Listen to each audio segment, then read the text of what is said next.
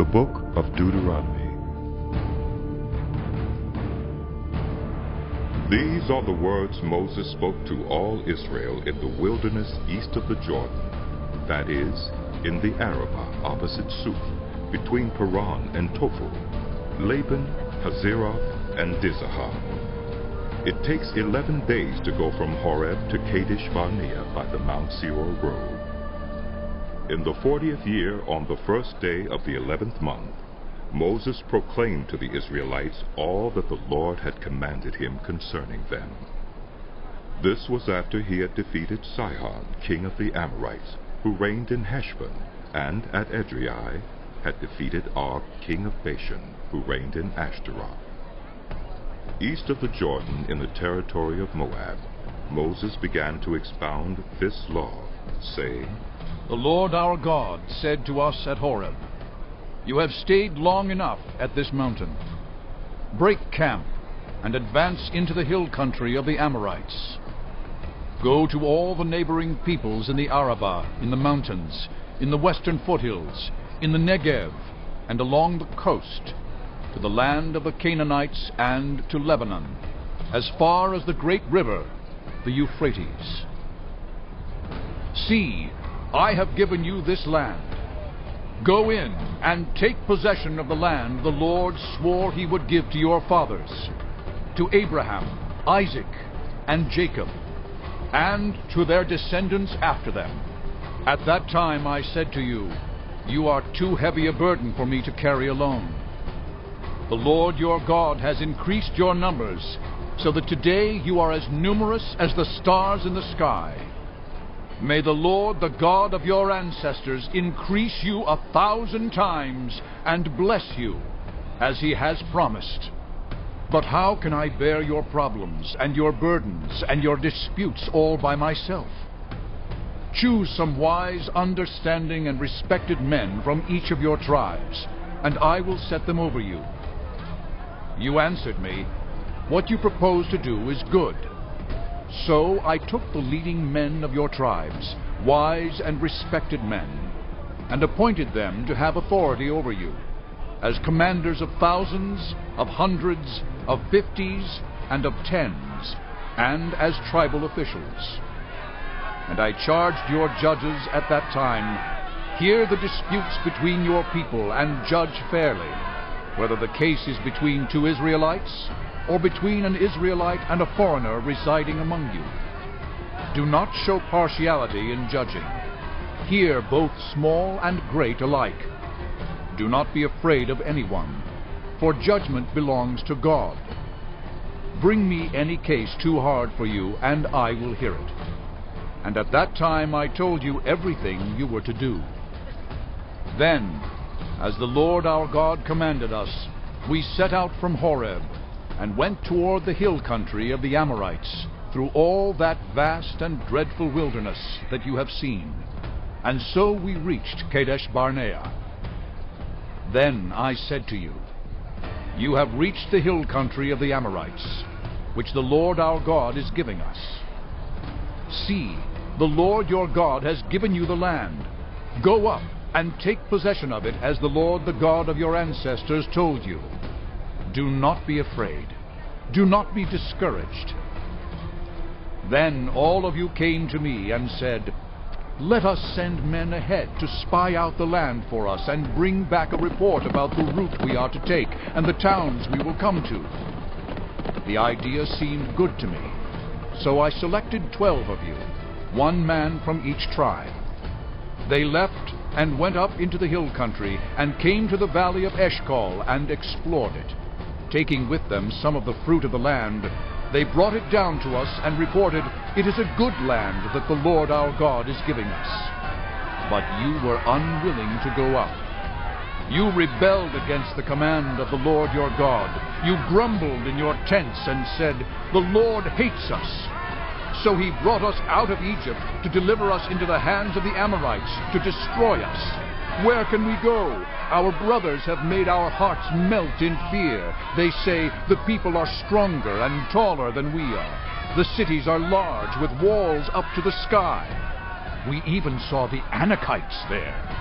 Then I said to you, Do not be terrified. Do not be afraid of them. The Lord your God, who is going before you, will fight for you, as he did for you in Egypt, before your very eyes, and in the wilderness. There you saw how the Lord your God carried you, as a father carries his son, all the way you went until you reached this place.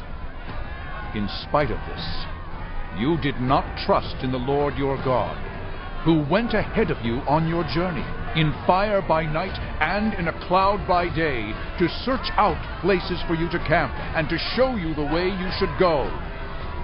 When the Lord heard what you said, he was angry and solemnly swore, "No one from this evil generation shall see the good land I swore to give your ancestors, except Caleb, son of Jephunneh.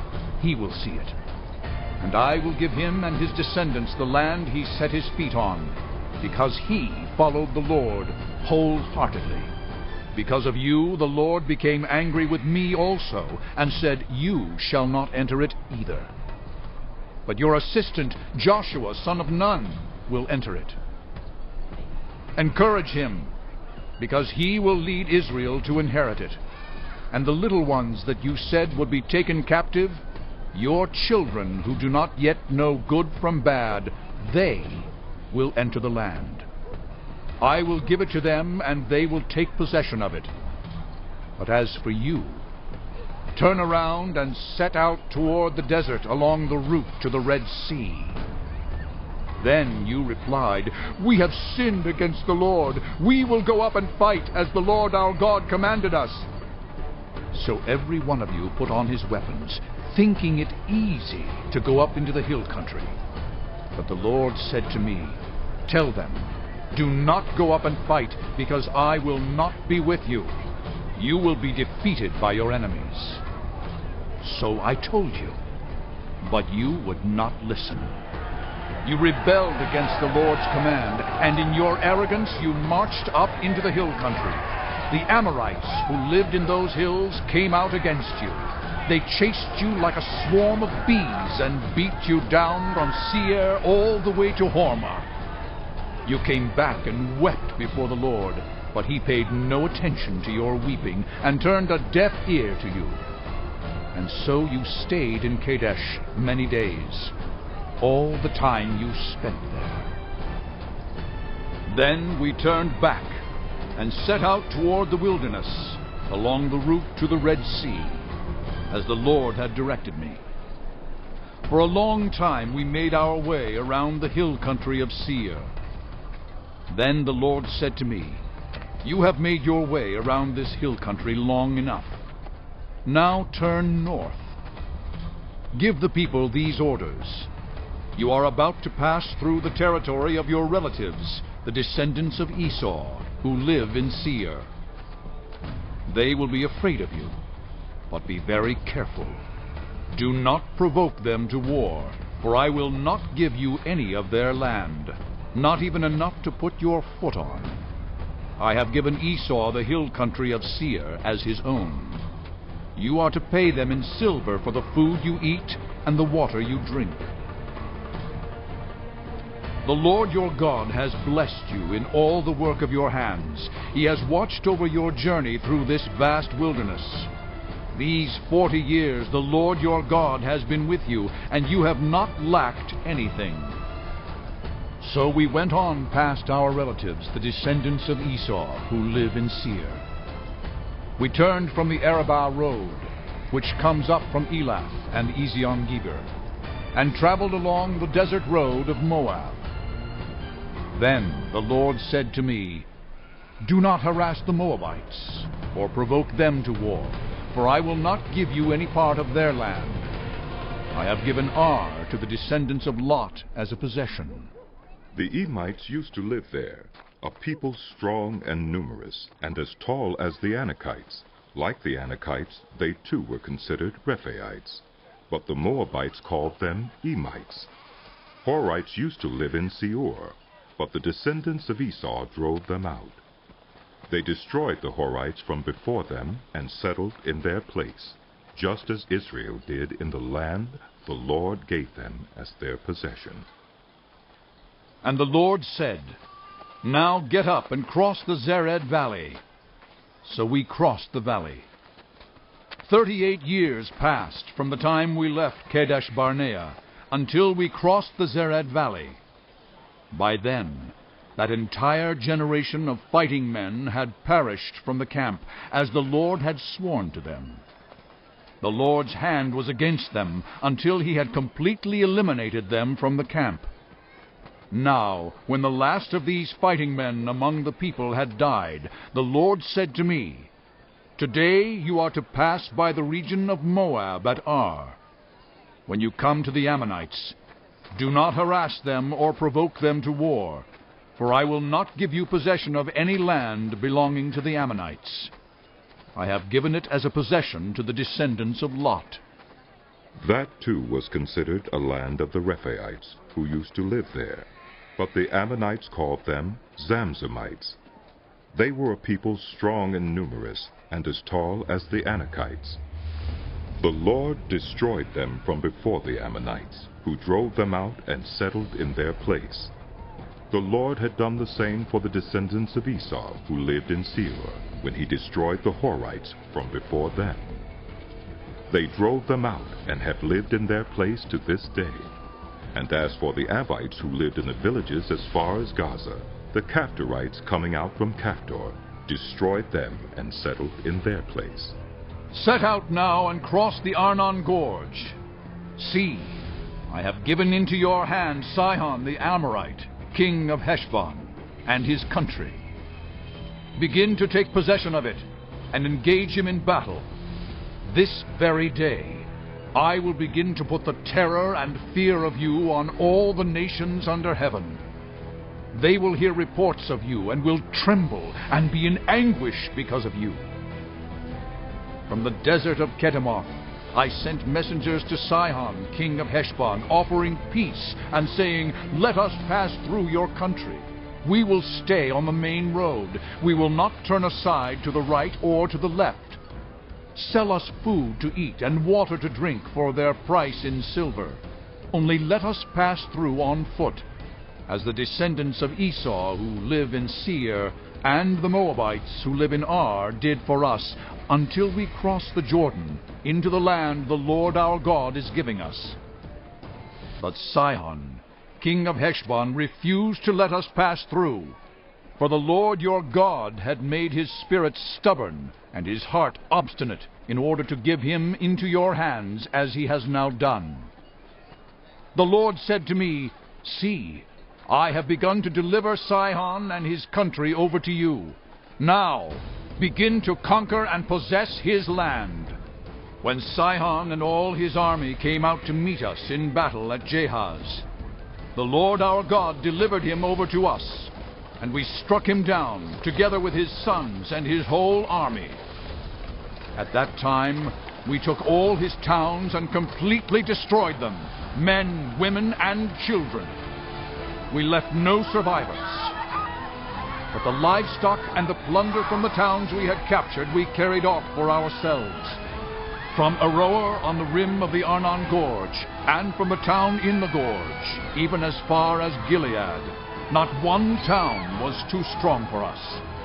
The Lord our God gave us all of them. But in accordance with the command of the Lord our God, you did not encroach on any of the land of the Ammonites, neither the land along the course of the Jabbok, nor that around the towns in the hills. Next, we turned and went up along the road toward Bashan, and Og, king of Bashan, with his whole army, marched out to meet us in battle at Edrei. The Lord said to me, Do not be afraid of him, for I have delivered him into your hands, along with his whole army and his land. Do to him what you did to Sihon, king of the Amorites, who reigned in Heshbon.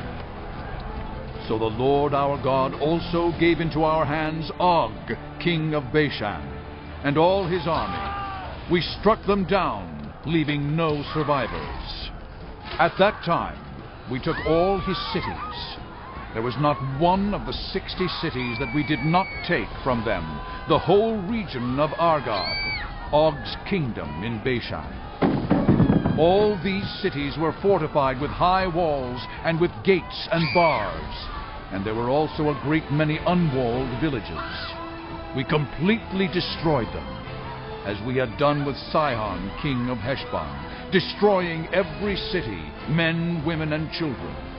But all the livestock and the plunder from their cities we carried off for ourselves.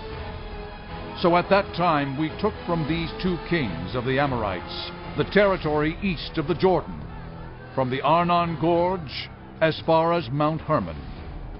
Hermon is called Sirion by the Sidonians. The Amorites call it Senir. We took all the towns on the plateau, and all Gilead, and all Bashan, as far as Salakah and Edrei, towns of Og's kingdom in Bashan. Og, king of Bashan, was the last of the Rephaites. His bed was decorated with iron, and was more than 9 cubits long and 4 cubits wide. It is still in Rabbah of the Ammonites. Of the land that we took over at that time, I gave the Reubenites and the Gadites the territory north of Aroer by the Arnon Gorge, including half the hill country of Gilead, together with its towns. The rest of Gilead and also all of Bashan, the kingdom of Og, I gave to the half-tribe of Manasseh. The whole region of Argob in Bashan used to be known as the land of the Rephaites. Jair, a descendant of Manasseh, took the whole region of Argob as far as the border of the Jeshurites and the Maacathites. It was named after him, so that to this day Bashan is called Havoth Jair. And I gave Gilead to Machir. But to the Reubenites and the Gadites I gave the territory extending from Gilead down to the Arnon Gorge, the middle of the gorge being the border, and out to the Jabbok River, which is the border of the Ammonites. Its western border was the Jordan in the Arabah, from Kinnereth to the sea of the Arabah, that is, the Dead Sea, below the slopes of Pisgah. I commanded you at that time, the Lord your God has given you this land to take possession of it. But all your able-bodied men, armed for battle, must cross over ahead of the other Israelites. However, your wives, your children, and your livestock, I know you have much livestock, may stay in the towns I have given you, until the Lord gives rest to your fellow Israelites as he has to you. And they too have taken over the land that the Lord your God is giving them across the Jordan. After that, each of you may go back to the possession I have given you. At that time I commanded Joshua, you have seen with your own eyes all that the Lord your God has done to these two kings. The Lord will do the same to all the kingdoms over there where you are going. Do not be afraid of them. The Lord your God himself will fight for you. At that time, I pleaded with the Lord, Sovereign Lord, you have begun to show to your servant your greatness and your strong hand. For what God is there in heaven or on earth who can do the deeds and mighty works you do? Let me go over and see the good land beyond the Jordan, that fine hill country and Lebanon. But because of you, the Lord was angry with me and would not listen to me. That is enough, the Lord said. Do not speak to me any more about this matter. Go up to the top of Pisgah and look west and north and south and east. Look at the land with your own eyes, since you are not going to cross this Jordan. But commission Joshua and encourage and strengthen him, for he will lead this people across and will cause them to inherit the land that you will see. So we stayed in the valley near Beth Peor.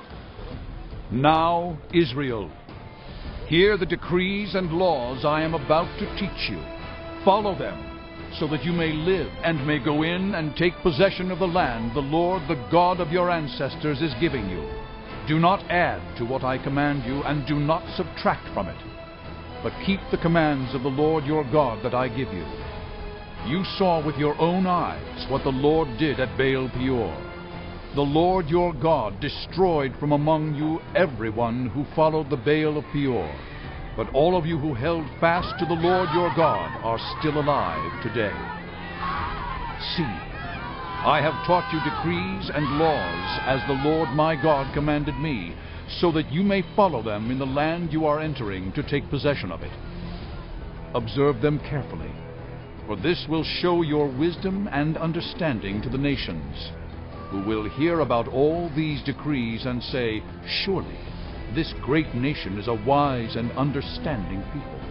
What other nation is so great as to have their gods near them the way the Lord our God is near us whenever we pray to him?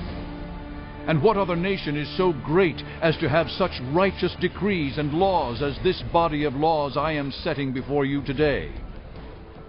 Only be careful and watch yourselves closely, so that you do not forget the things your eyes have seen, or let them fade from your heart as long as you live. Teach them to your children, and to their children after them.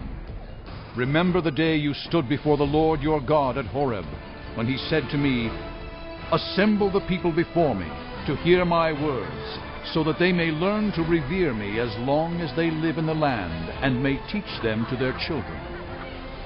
You came near, and stood at the foot of the mountain, while it blazed with fire to the very heavens, with black clouds and deep darkness. Then the Lord spoke to you out of the fire. You heard the sound of words, but saw no form. There was only a voice. He declared to you his covenant, the 10 Commandments, which he commanded you to follow, and then wrote them on 2 stone tablets. And the Lord directed me at that time to teach you the decrees and laws you are to follow in the land that you are crossing the Jordan to possess. You saw no form of any kind the day the Lord spoke to you at Horeb out of the fire. Therefore watch yourselves very carefully, so that you do not become corrupt, and make for yourselves an idol, an image of any shape, whether formed like a man or a woman, or like any animal on earth, or any bird that flies in the air, or like any creature that moves along the ground, or any fish in the waters below. And when you look up to the sky and see the sun, the moon, and the stars, all the heavenly array, do not be enticed into bowing down to them and worshiping things the Lord your God has apportioned to all the nations under heaven. But as for you, the Lord took you and brought you out of the iron smelting furnace, out of Egypt, to be the people of his inheritance, as you now are. The Lord was angry with me because of you, and he solemnly swore that I would not cross the Jordan and enter the good land the Lord your God is giving you as your inheritance. I will die in this land. I will not cross the Jordan. But you are about to cross over and take possession of that good land.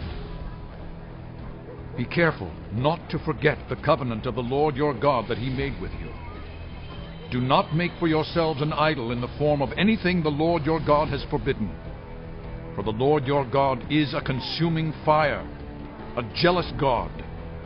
After you have had children and grandchildren, and have lived in the land a long time, if you then become corrupt, and make any kind of idol, doing evil in the eyes of the Lord your God, and arousing his anger, I call the heavens and the earth as witnesses against you this day, that you will quickly perish from the land that you are crossing the Jordan to possess.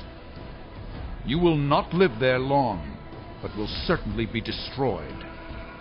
The Lord will scatter you among the peoples, and only a few of you will survive among the nations to which the Lord will drive you. There you will worship man-made gods of wood and stone, which cannot see, or hear, or eat, or smell. But if from there you seek the Lord your God, you will find him, if you seek him with all your heart and with all your soul. When you are in distress and all these things have happened to you, then in latter days you will return to the Lord your God and obey him. For the Lord your God is a merciful God. He will not abandon or destroy you, or forget the covenant with your ancestors, which he confirmed to them by oath. Ask now about the former days, long before your time, from the day God created human beings on the earth. Ask from one end of the heavens to the other, has anything so great as this ever happened? Or has anything like it ever been heard of? Has any other people heard the voice of God speaking out of fire as you have and lived?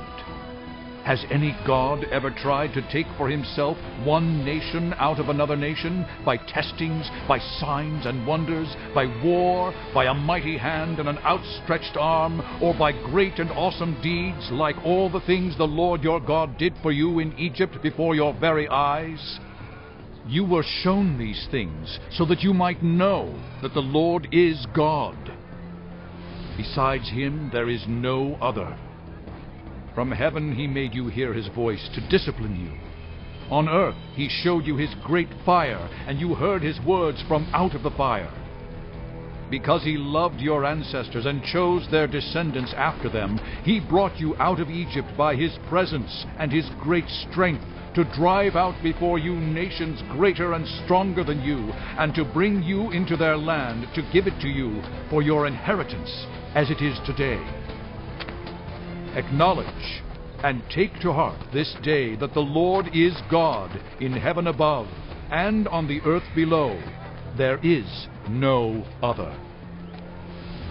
Keep his decrees and commands, which I am giving you today, so that it may go well with you and your children after you, and that you may live long in the land the Lord your God gives you for all time.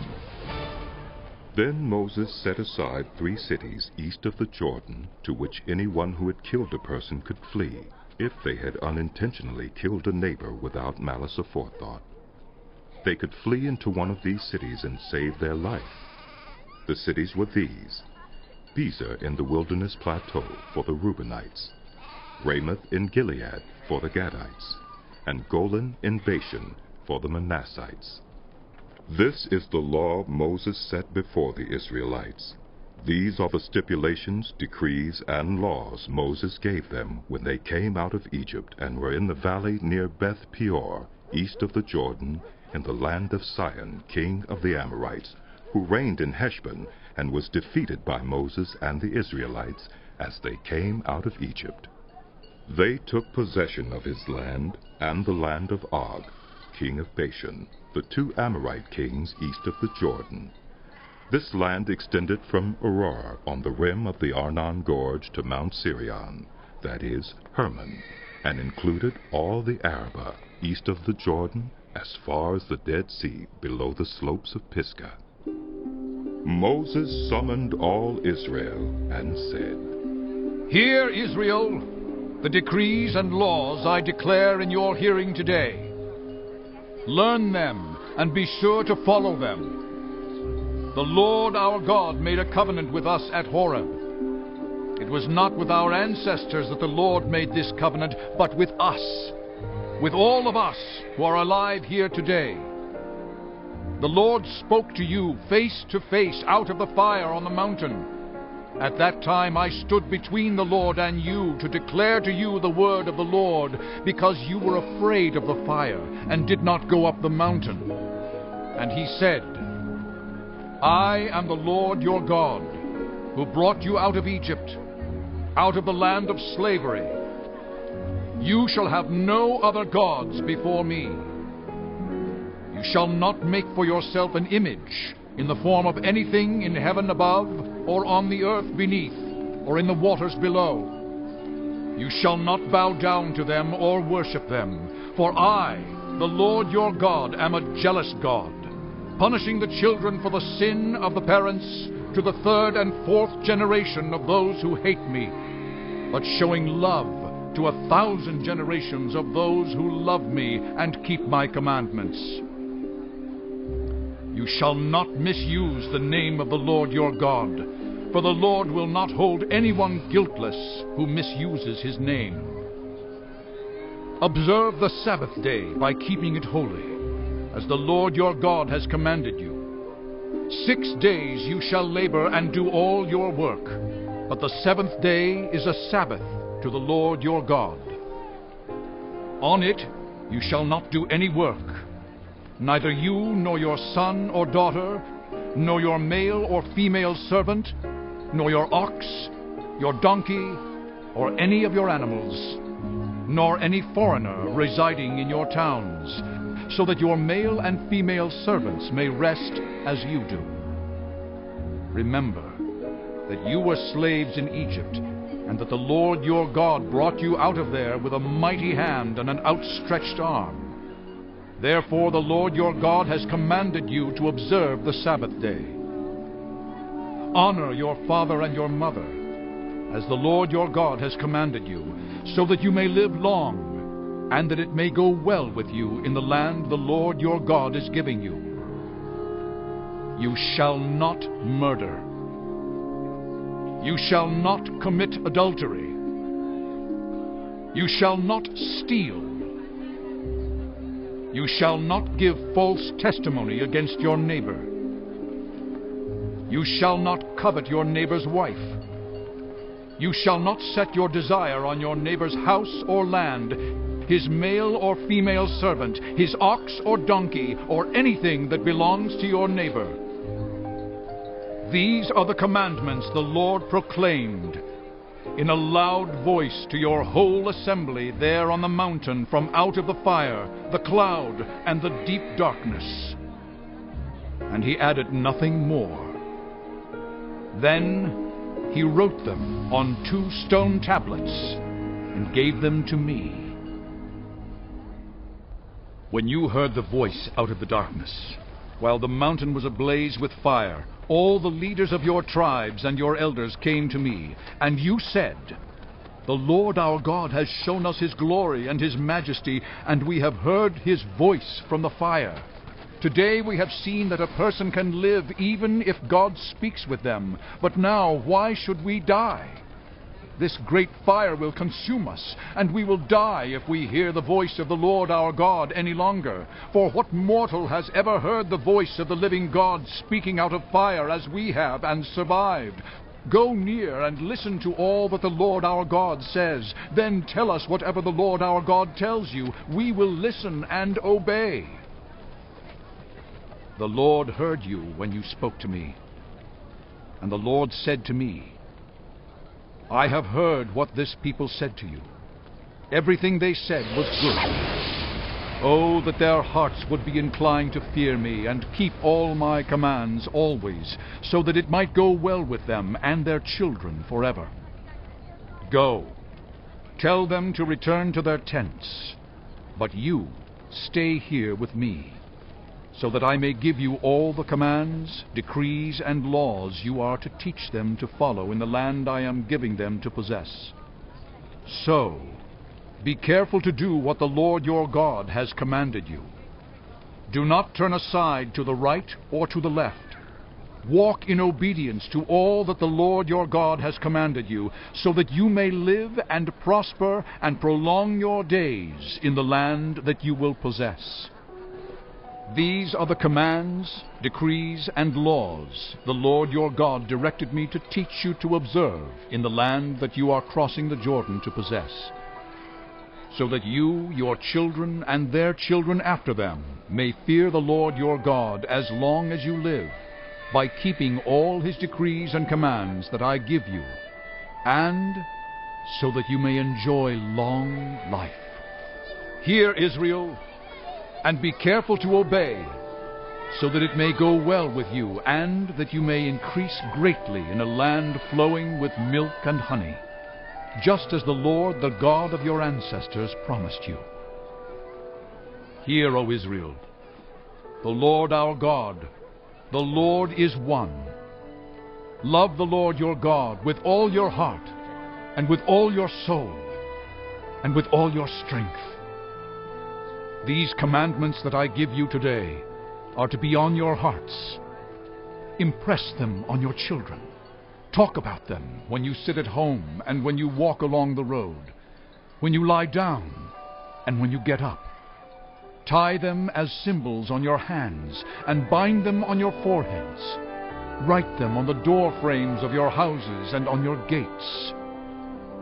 When the Lord your God brings you into the land he swore to your fathers, to Abraham, Isaac, and Jacob, to give you, a land with large, flourishing cities you did not build, houses filled with all kinds of good things you did not provide, wells you did not dig, and vineyards and olive groves you did not plant. Then, when you eat and are satisfied, be careful that you do not forget the Lord, who brought you out of Egypt, out of the land of slavery. Fear the Lord your God. Serve him only, and take your oaths in his name. Do not follow other gods, the gods of the peoples around you.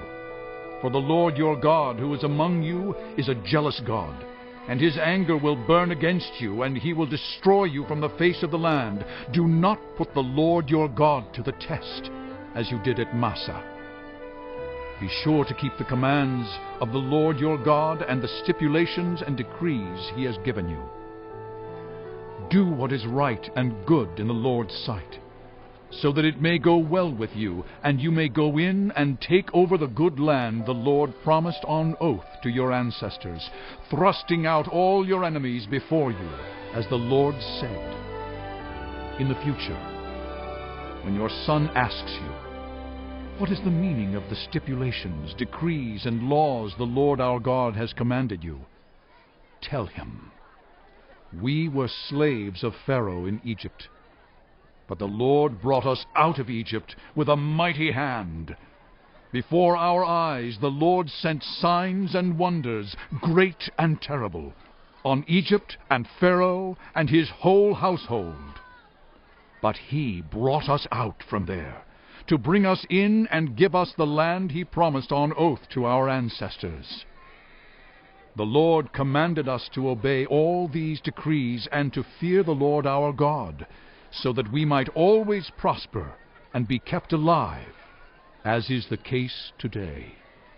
And if we are careful to obey all this law before the Lord our God, as he has commanded us, that will be our righteousness.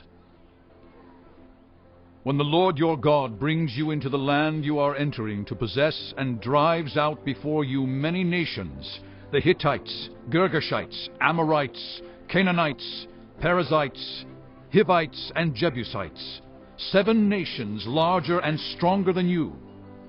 And when the Lord your God has delivered them over to you, and you have defeated them, then you must destroy them totally. Make no treaty with them, and show them no mercy. Do not intermarry with them.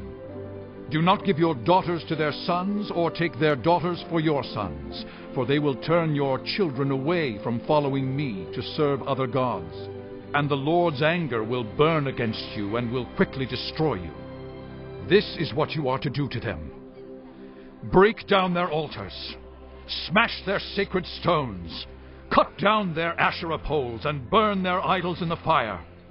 For you are a people holy to the Lord your God. The Lord your God has chosen you out of all the peoples on the face of the earth to be his people, his treasured possession. The Lord did not set his affection on you and choose you because you were more numerous than other peoples, for you were the fewest of all peoples.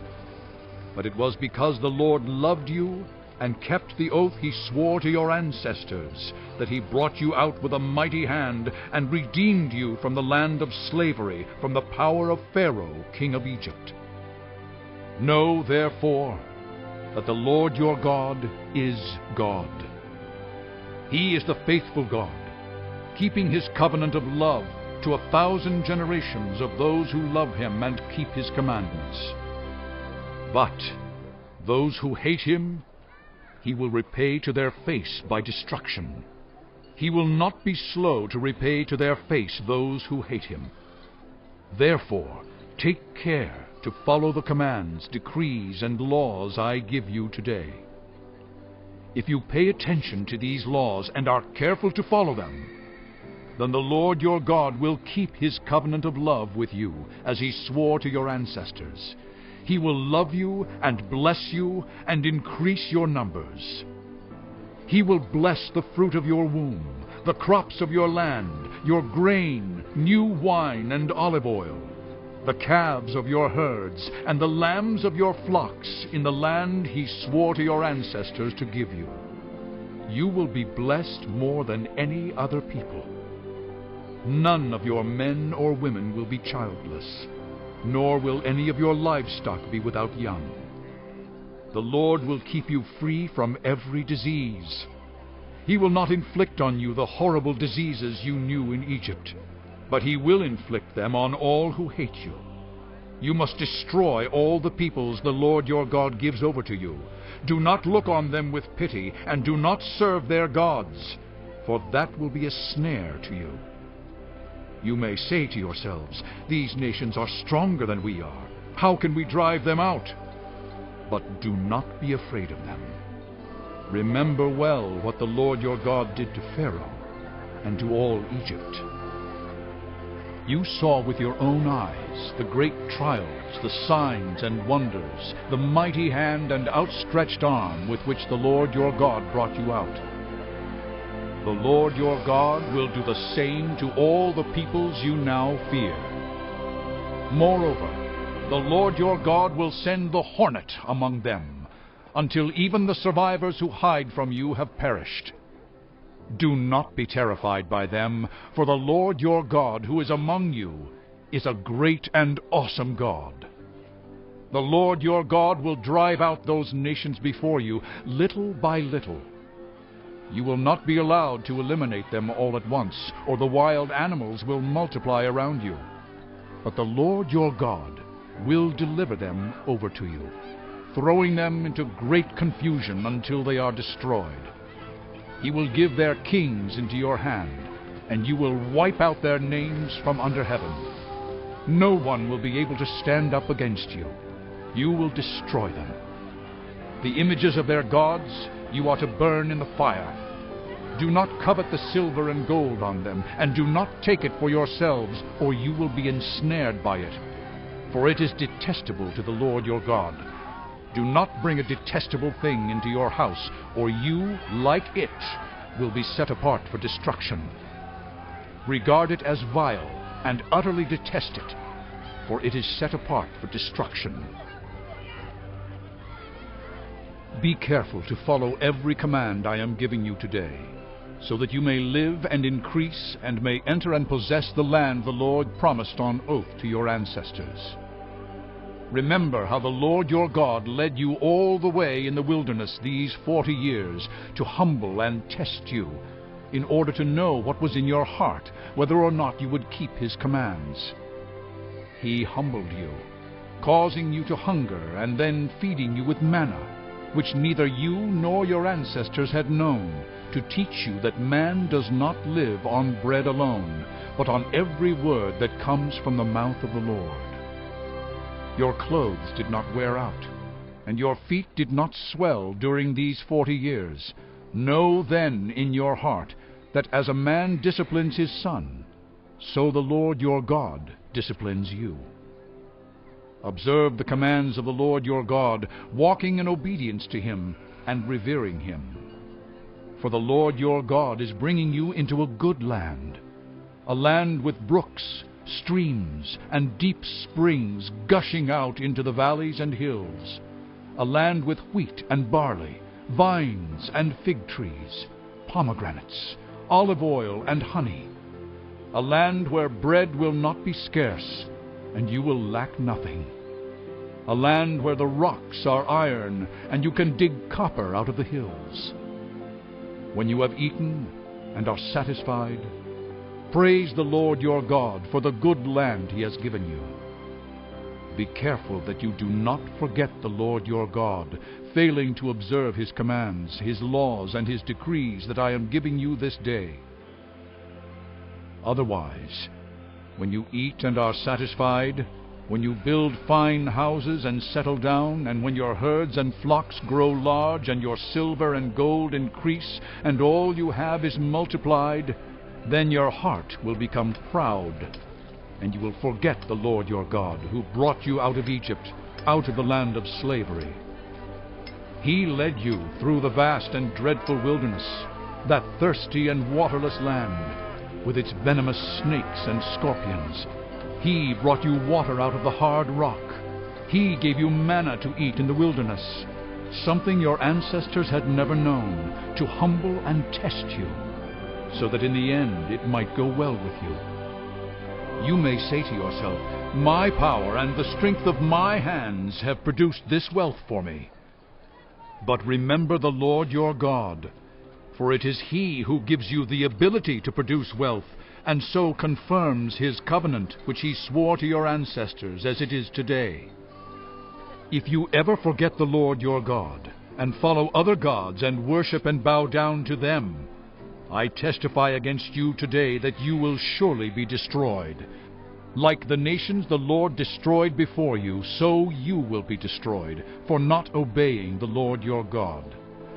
Hear, Israel, you are now about to cross the Jordan, to go in and dispossess nations greater and stronger than you, with large cities that have walls up to the sky. The people are strong and tall, Anakites. You know about them, and have heard it said, who can stand up against the Anakites? But be assured today that the Lord your God is the one who goes across ahead of you like a devouring fire. He will destroy them. He will subdue them before you, and you will drive them out and annihilate them quickly, as the Lord has promised you.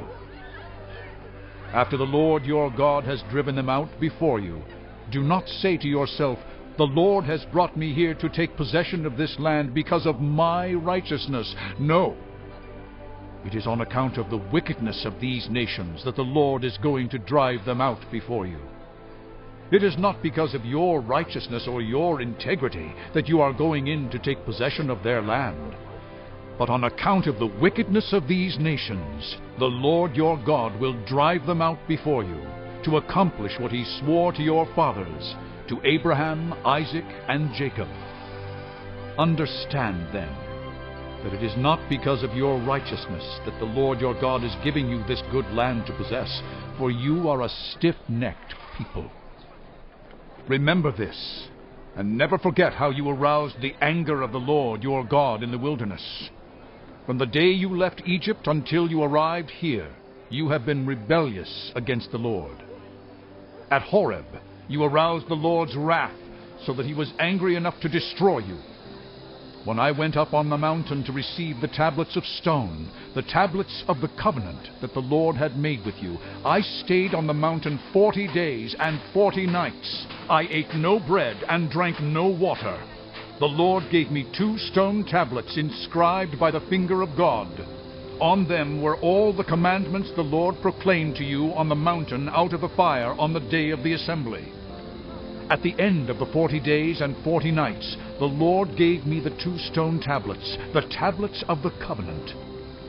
Then the Lord told me, go down from here at once, because your people whom you brought out of Egypt have become corrupt. They have turned away quickly from what I commanded them, and have made an idol for themselves. And the Lord said to me, I have seen this people, and they are a stiff-necked people indeed. Let me alone, so that I may destroy them and blot out their name from under heaven, and I will make you into a nation stronger and more numerous than they. So I turned and went down from the mountain while it was ablaze with fire, and the 2 tablets of the covenant were in my hands. When I looked, I saw that you had sinned against the Lord your God. You had made for yourselves an idol cast in the shape of a calf. You had turned aside quickly from the way that the Lord had commanded you. So I took the 2 tablets and threw them out of my hands, breaking them to pieces before your eyes. Then, once again, I fell prostrate before the Lord for 40 days and 40 nights. I ate no bread and drank no water, because of all the sin you had committed, doing what was evil in the Lord's sight, and so arousing His anger.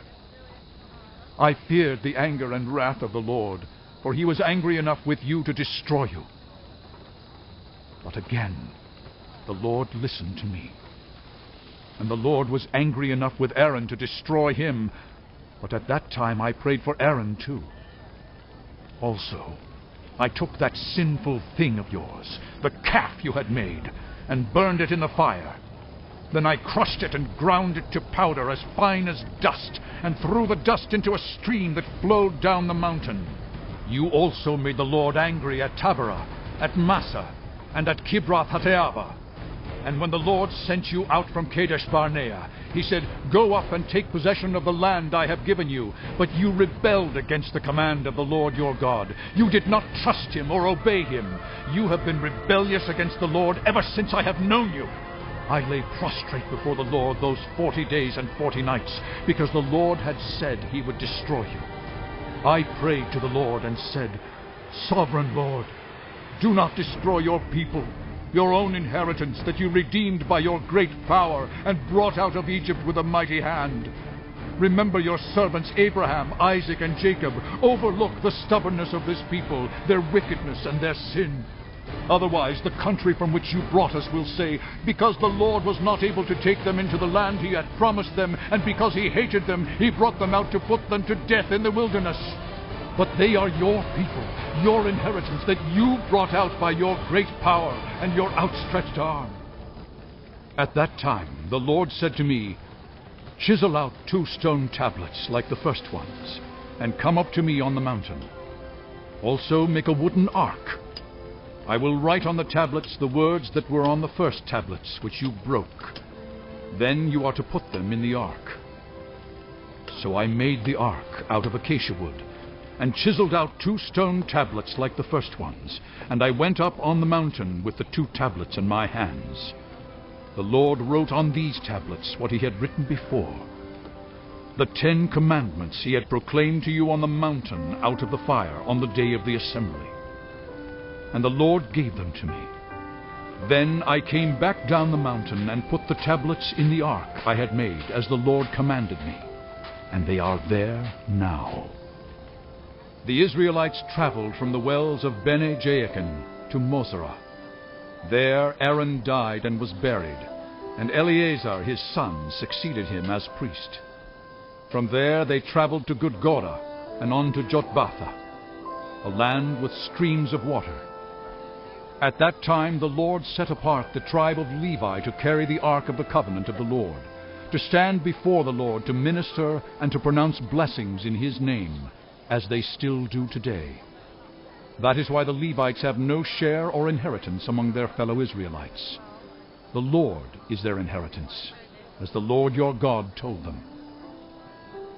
Now I had stayed on the mountain 40 days and 40 nights, as I did the first time, and the Lord listened to me at this time also. It was not his will to destroy you. "Go," the Lord said to me, "and lead the people on their way, so that they may enter and possess the land I swore to their ancestors to give them." And now, Israel, what does the Lord your God ask of you, but to fear the Lord your God, to walk in obedience to him, to love him, to serve the Lord your God with all your heart and with all your soul, and to observe the Lord's commands and decrees that I am giving you today for your own good. To the Lord your God belong the heavens, even the highest heavens, the earth and everything in it. Yet the Lord set his affection on your ancestors and loved them, and he chose you, their descendants, above all the nations, as it is today. Circumcise your hearts, therefore, and do not be stiff-necked any longer. For the Lord your God is God of gods and Lord of lords, the great God, mighty and awesome, who shows no partiality and accepts no bribes. He defends the cause of the fatherless and the widow, and loves the foreigner residing among you, giving them food and clothing. And you are to love those who are foreigners, for you yourselves were foreigners in Egypt. Fear the Lord your God and serve him. Hold fast to him and take your oaths in his name. He is the one you praise. He is your God, who performed for you those great and awesome wonders you saw with your own eyes.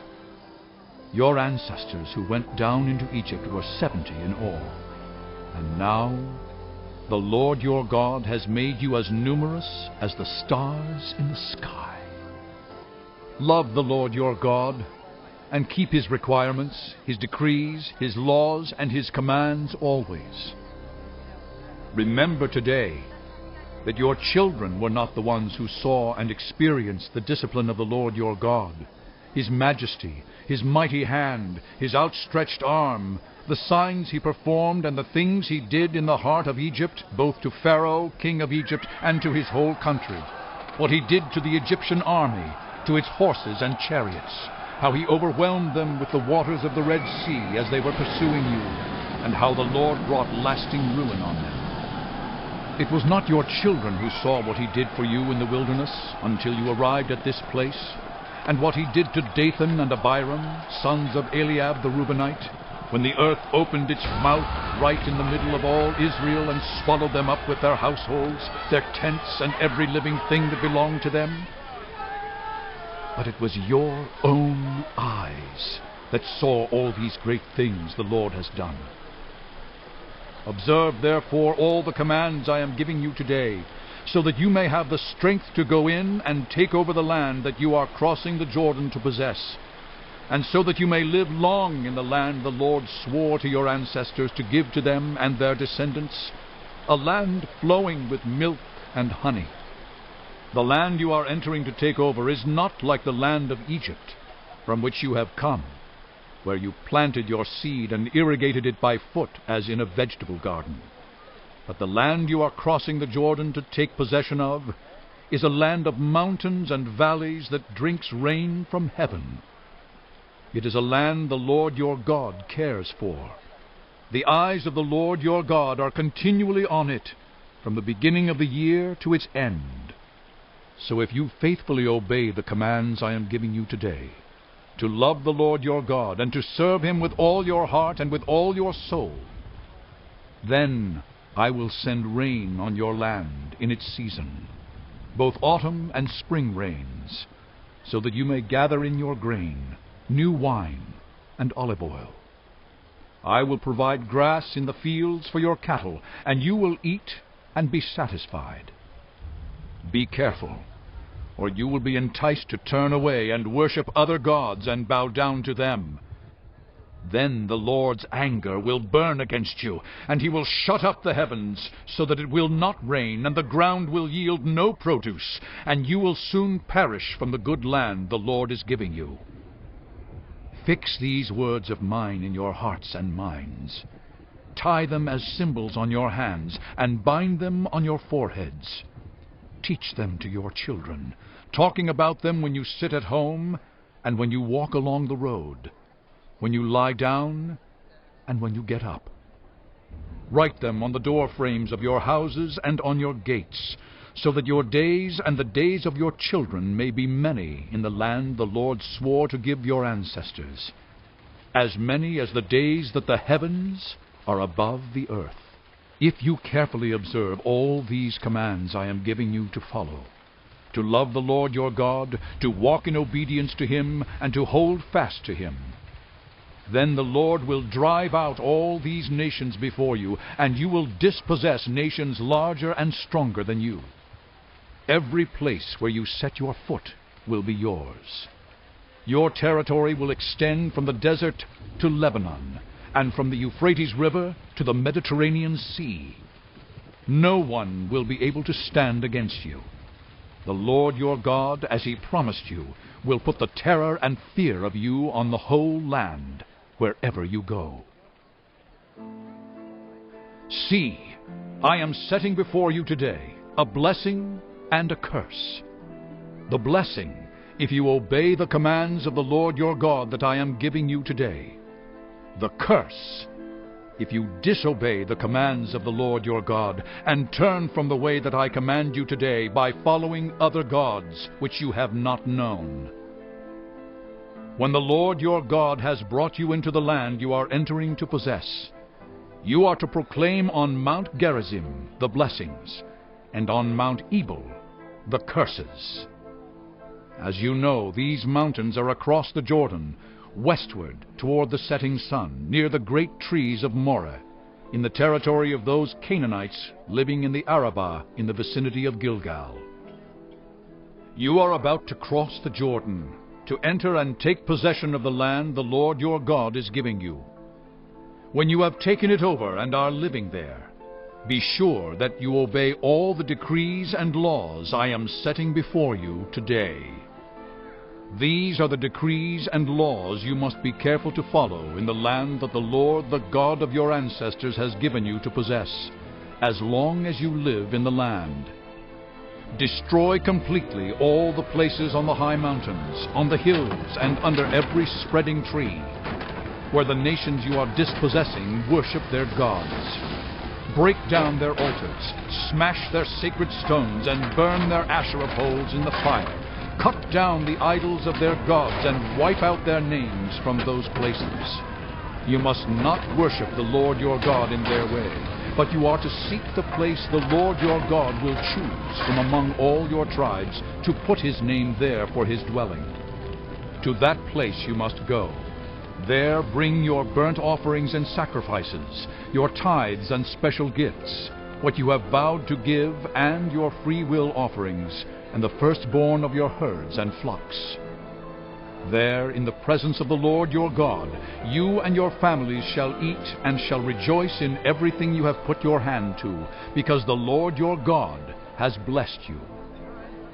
You are not to do as we do here today, everyone doing as they see fit, since you have not yet reached the resting place and the inheritance the Lord your God is giving you. But you will cross the Jordan and settle in the land the Lord your God is giving you as an inheritance. And he will give you rest from all your enemies around you, so that you will live in safety. Then to the place the Lord your God will choose as a dwelling for his name, there you are to bring everything I command you, your burnt offerings and sacrifices, your tithes and special gifts, and all the choice possessions you have vowed to the Lord. And there rejoice before the Lord your God, you, your sons and daughters, your male and female servants, and the Levites from your towns who have no allotment or inheritance of their own.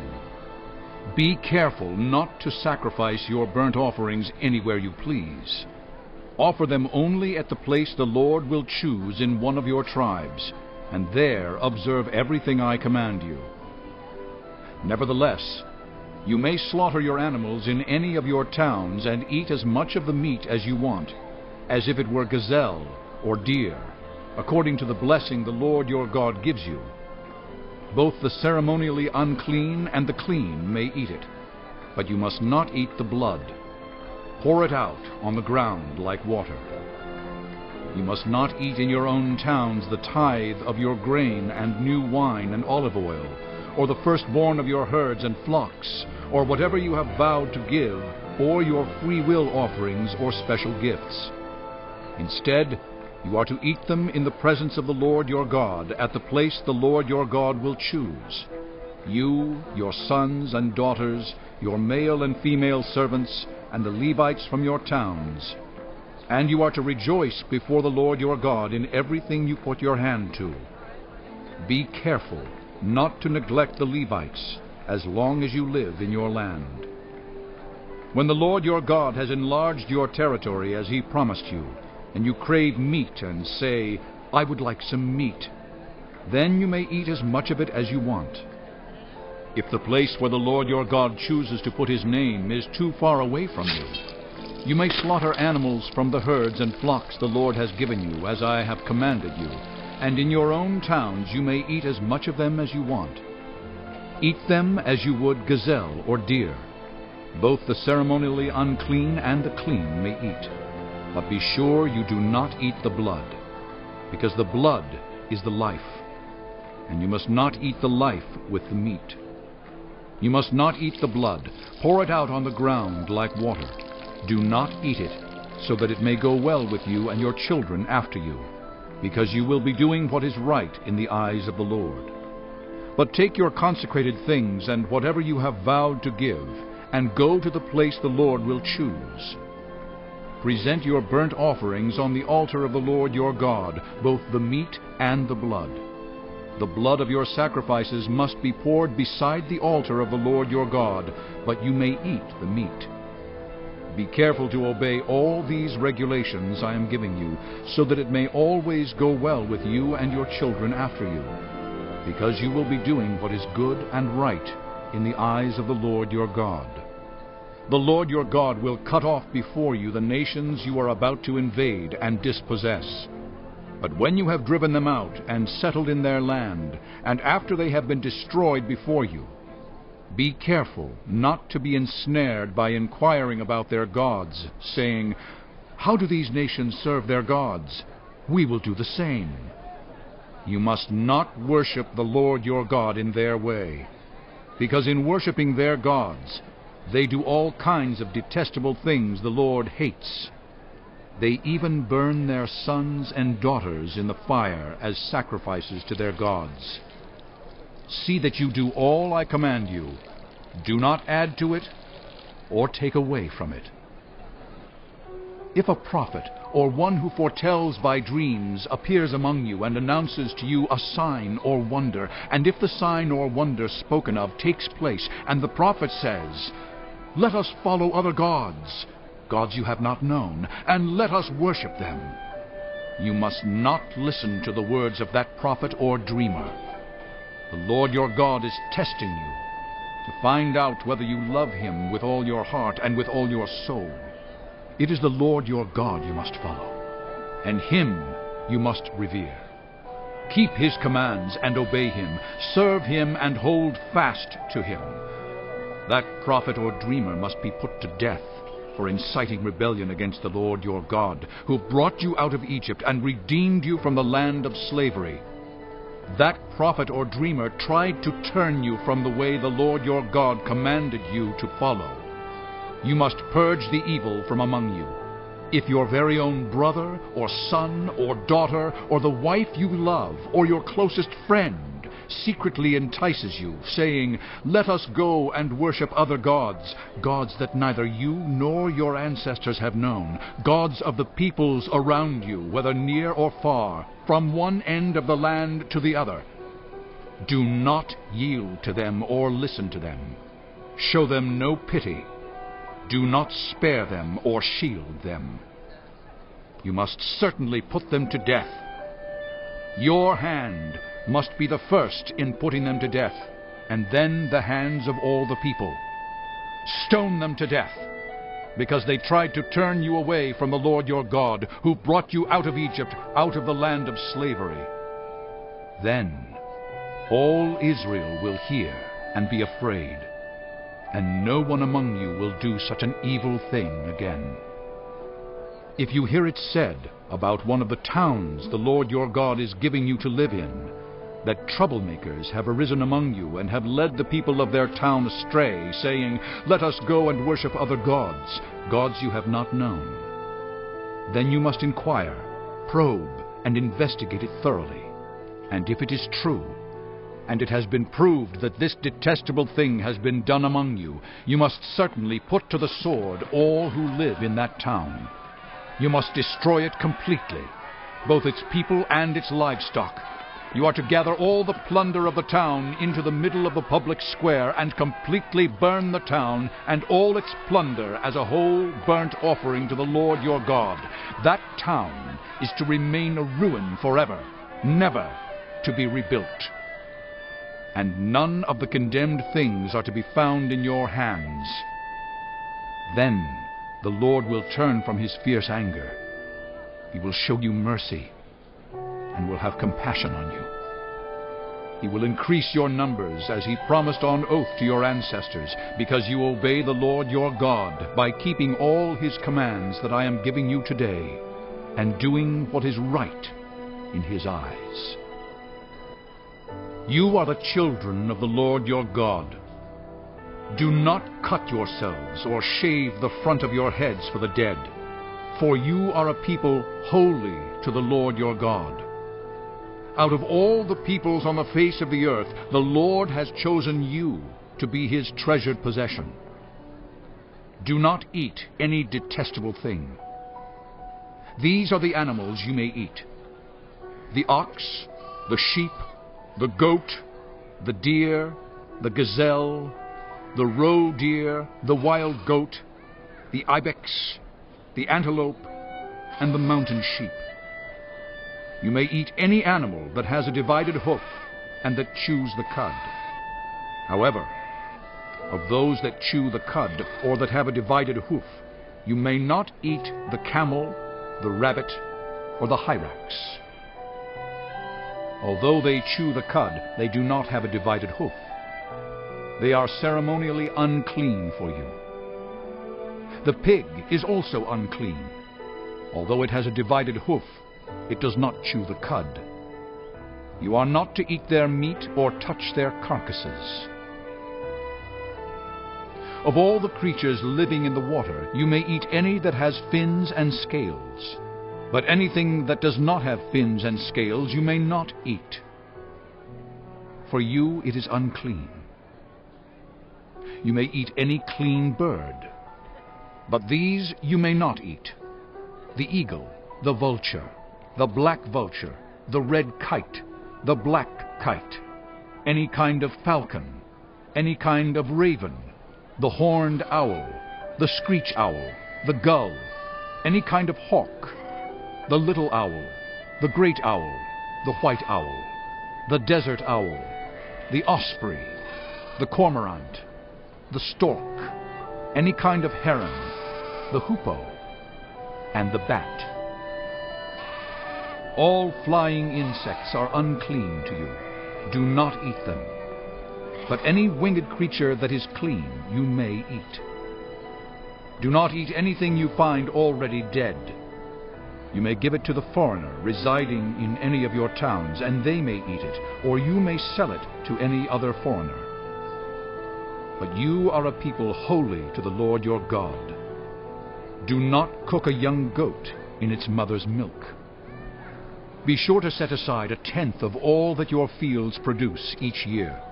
Eat the tithe of your grain, new wine, and olive oil, and the firstborn of your herds and flocks in the presence of the Lord your God, at the place he will choose as a dwelling for his name, so that you may learn to revere the Lord your God always.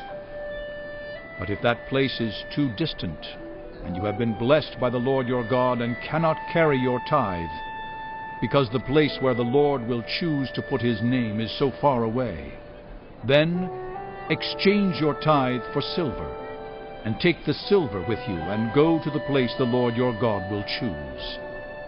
Use the silver to buy whatever you like: cattle, sheep, wine, or other fermented drink, or anything you wish. Then you and your household shall eat there in the presence of the Lord your God, and rejoice. And do not neglect the Levites living in your towns, for they have no allotment or inheritance of their own. At the end of every 3 years, bring all the tithes of that year's produce and store it in your towns, so that the Levites, who have no allotment or inheritance of their own, and the foreigners, the fatherless, and the widows who live in your towns, may come and eat and be satisfied, and so that the Lord your God may bless you in all the work of your hands. At the end of every 7 years, you must cancel debts. This is how it is to be done. Every creditor shall cancel any loan they have made to a fellow Israelite. They shall not require payment from anyone among their own people, because the Lord's time for canceling debts has been proclaimed. You may require payment from a foreigner, but you must cancel any debt your fellow Israelite owes you. However, there need be no poor people among you. For in the land the Lord your God is giving you to possess as your inheritance, he will richly bless you, if only you fully obey the Lord your God and are careful to follow all these commands I am giving you today. For the Lord your God will bless you as he has promised, and you will lend to many nations, but will borrow from none. You will rule over many nations, but none will rule over you. If anyone is poor among your fellow Israelites, in any of the towns of the land the Lord your God is giving you, do not be hard-hearted or tight-fisted toward them. Rather, be open-handed and freely lend them whatever they need. Be careful not to harbor this wicked thought. The 7th year, the year for canceling debts, is near, so that you do not show ill will toward the needy among your fellow Israelites and give them nothing. They may then appeal to the Lord against you, and you will be found guilty of sin. Give generously to them, and do so without a grudging heart. Then, because of this, the Lord your God will bless you in all your work, and in everything you put your hand to. There will always be poor people in the land. Therefore I command you to be open-handed toward your fellow Israelites, who are poor and needy in your land. If any of your people, Hebrew men or women, sell themselves to you and serve you 6 years, in the 7th year you must let them go free. And when you release them, do not send them away empty-handed. Supply them liberally from your flock, your threshing floor, and your winepress. Give to them as the Lord your God has blessed you. Remember that you were slaves in Egypt, and the Lord your God redeemed you. That is why I give you this command today.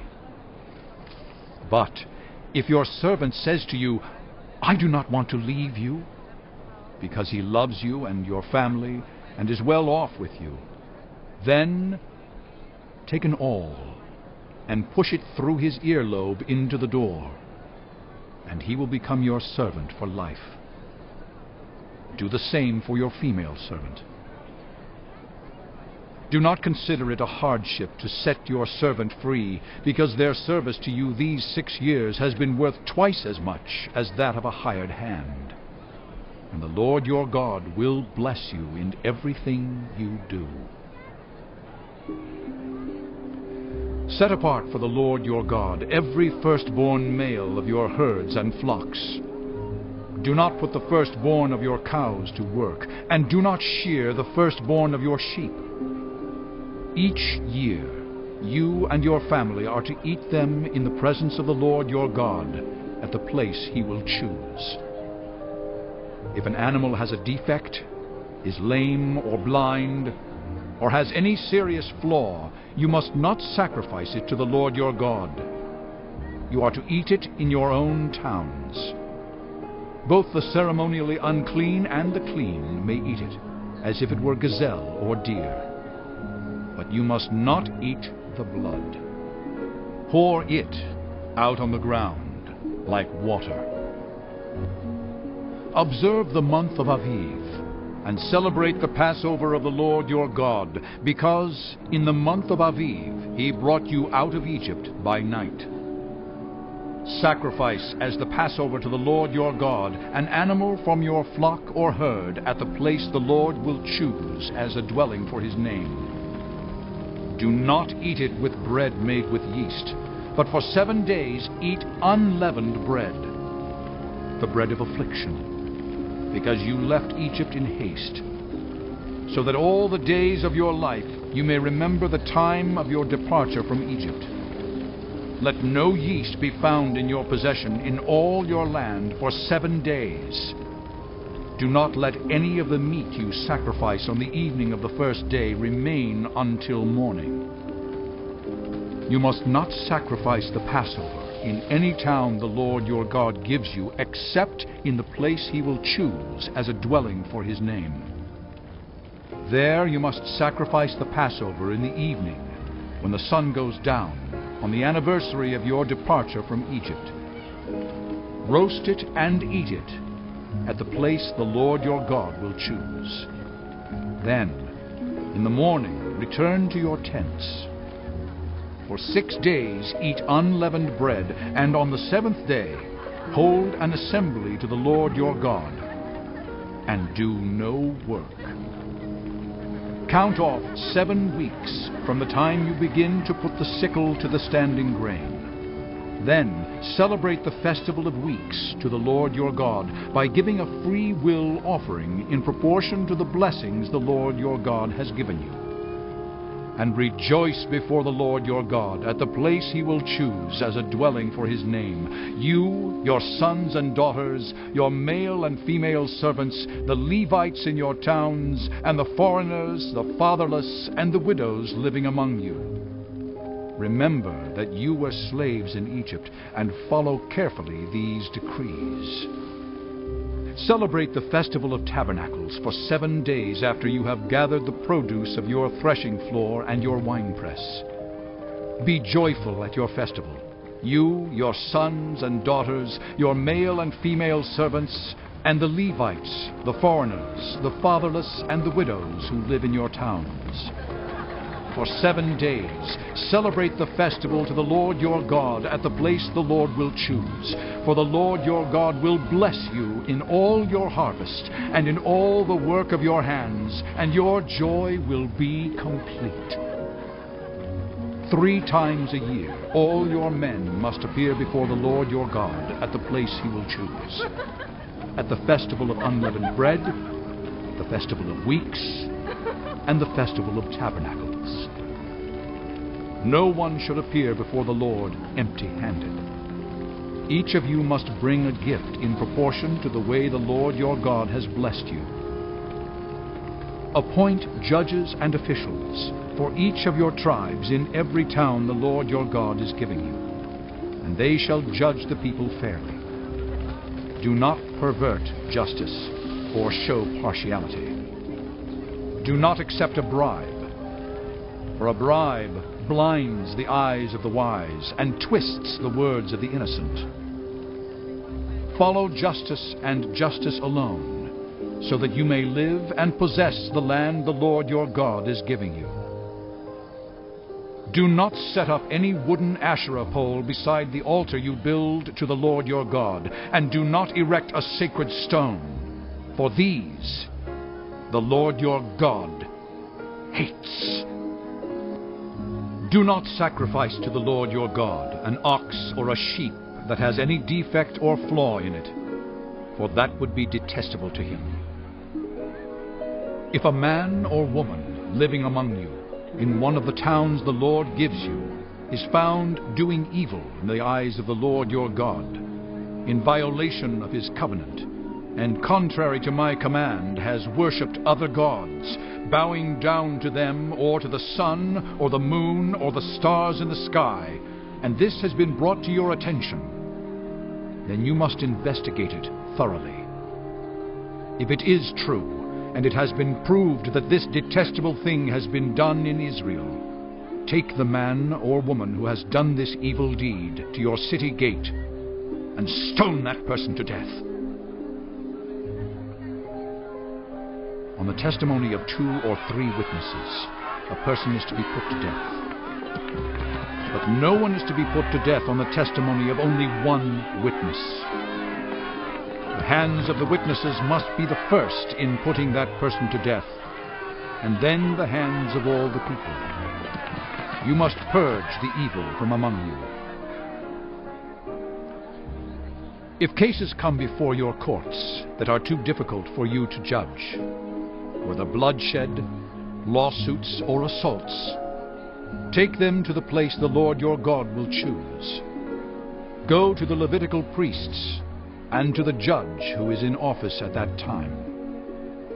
Inquire of them, and they will give you the verdict. You must act according to the decisions they give you at the place the Lord will choose. Be careful to do everything they instruct you to do. Act according to whatever they teach you and the decisions they give you.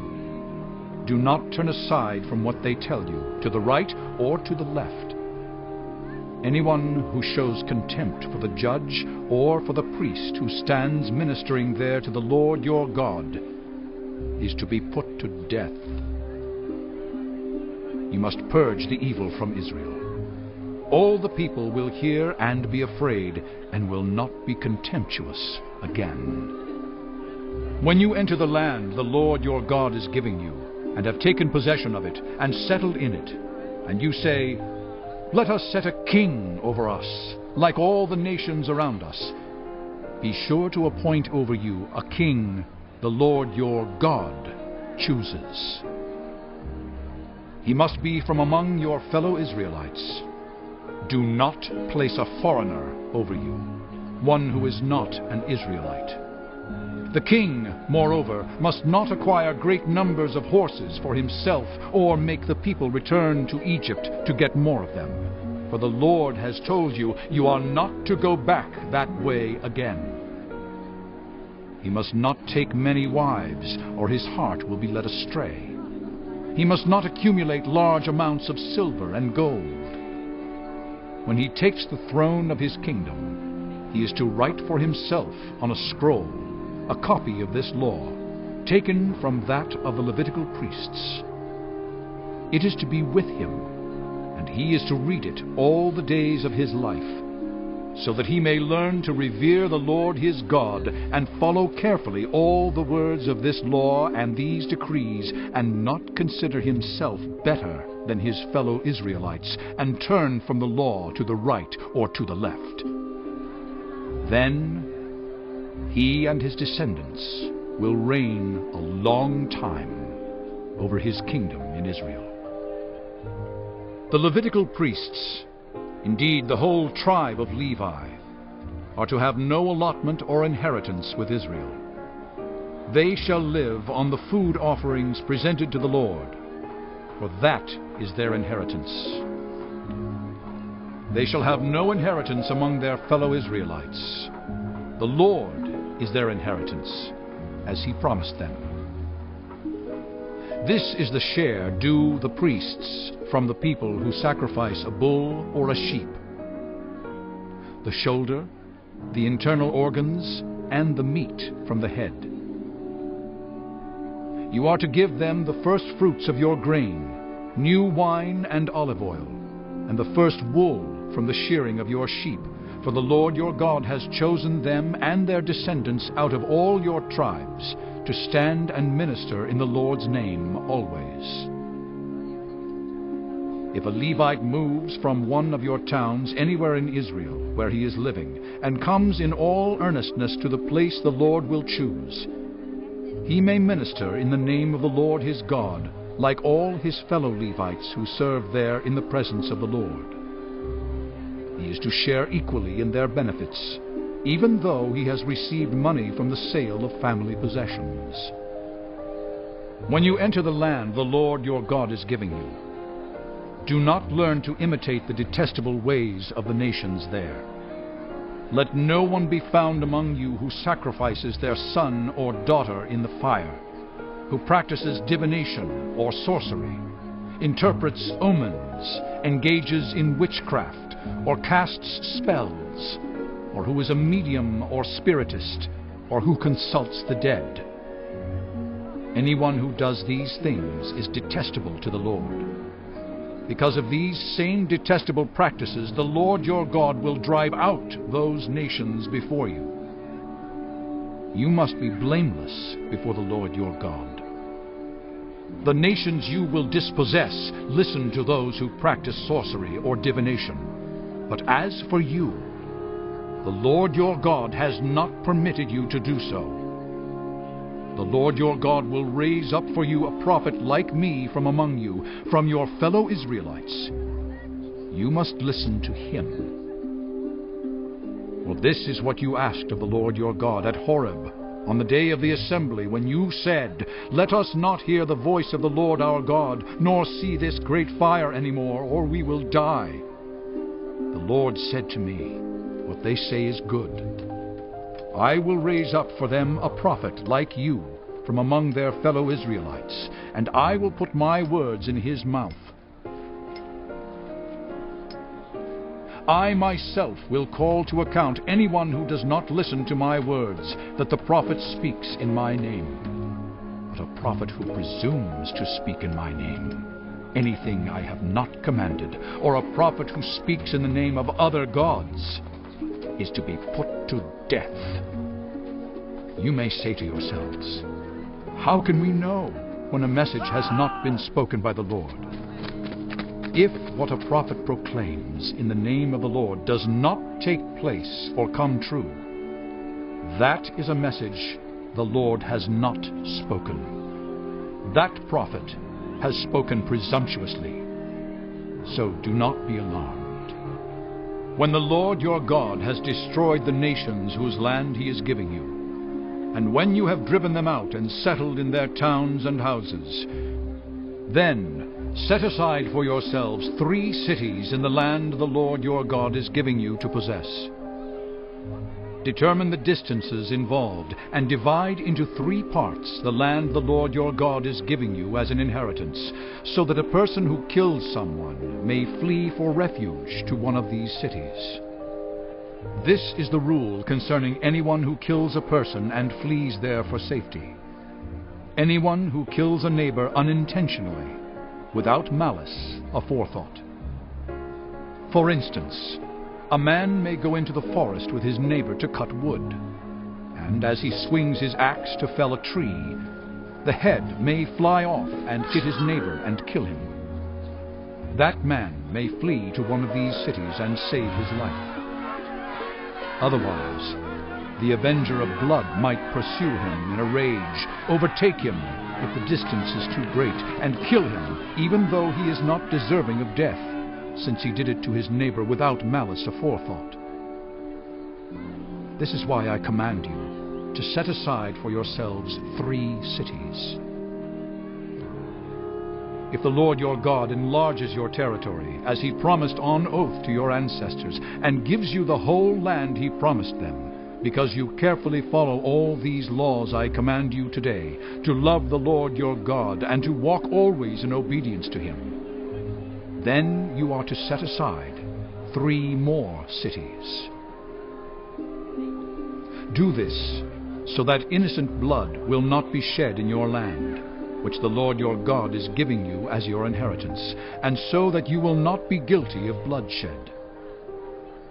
But if out of hate someone lies in wait, assaults and kills a neighbor, and then flees to one of these cities, the killer shall be sent for by the town elders, be brought back from the city, and be handed over to the avenger of blood to die. Show no pity. You must purge from Israel the guilt of shedding innocent blood, so that it may go well with you. Do not move your neighbor's boundary stones set up by your predecessors in the inheritance you receive in the land the Lord your God is giving you to possess. One witness is not enough to convict anyone accused of any crime or offense they may have committed. A matter must be established by the testimony of 2 or 3 witnesses.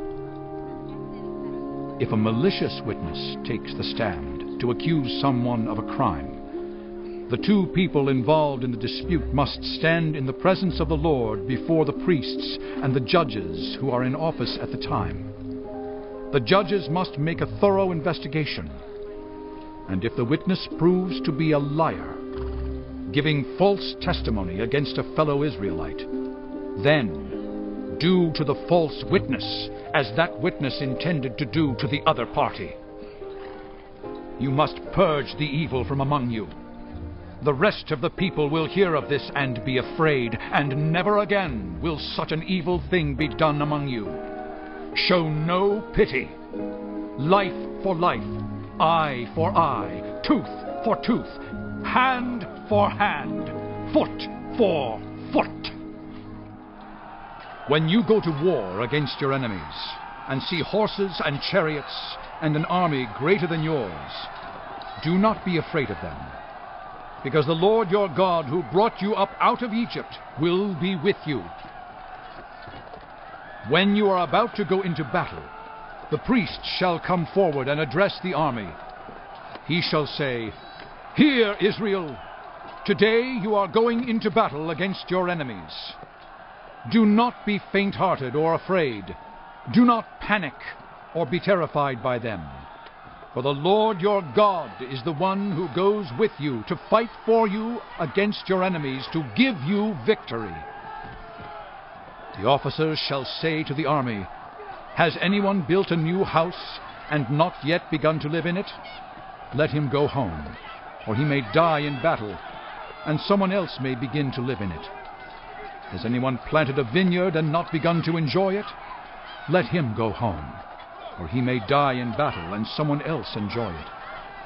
Has anyone become pledged to a woman and not married her? Let him go home, or he may die in battle, and someone else marry her.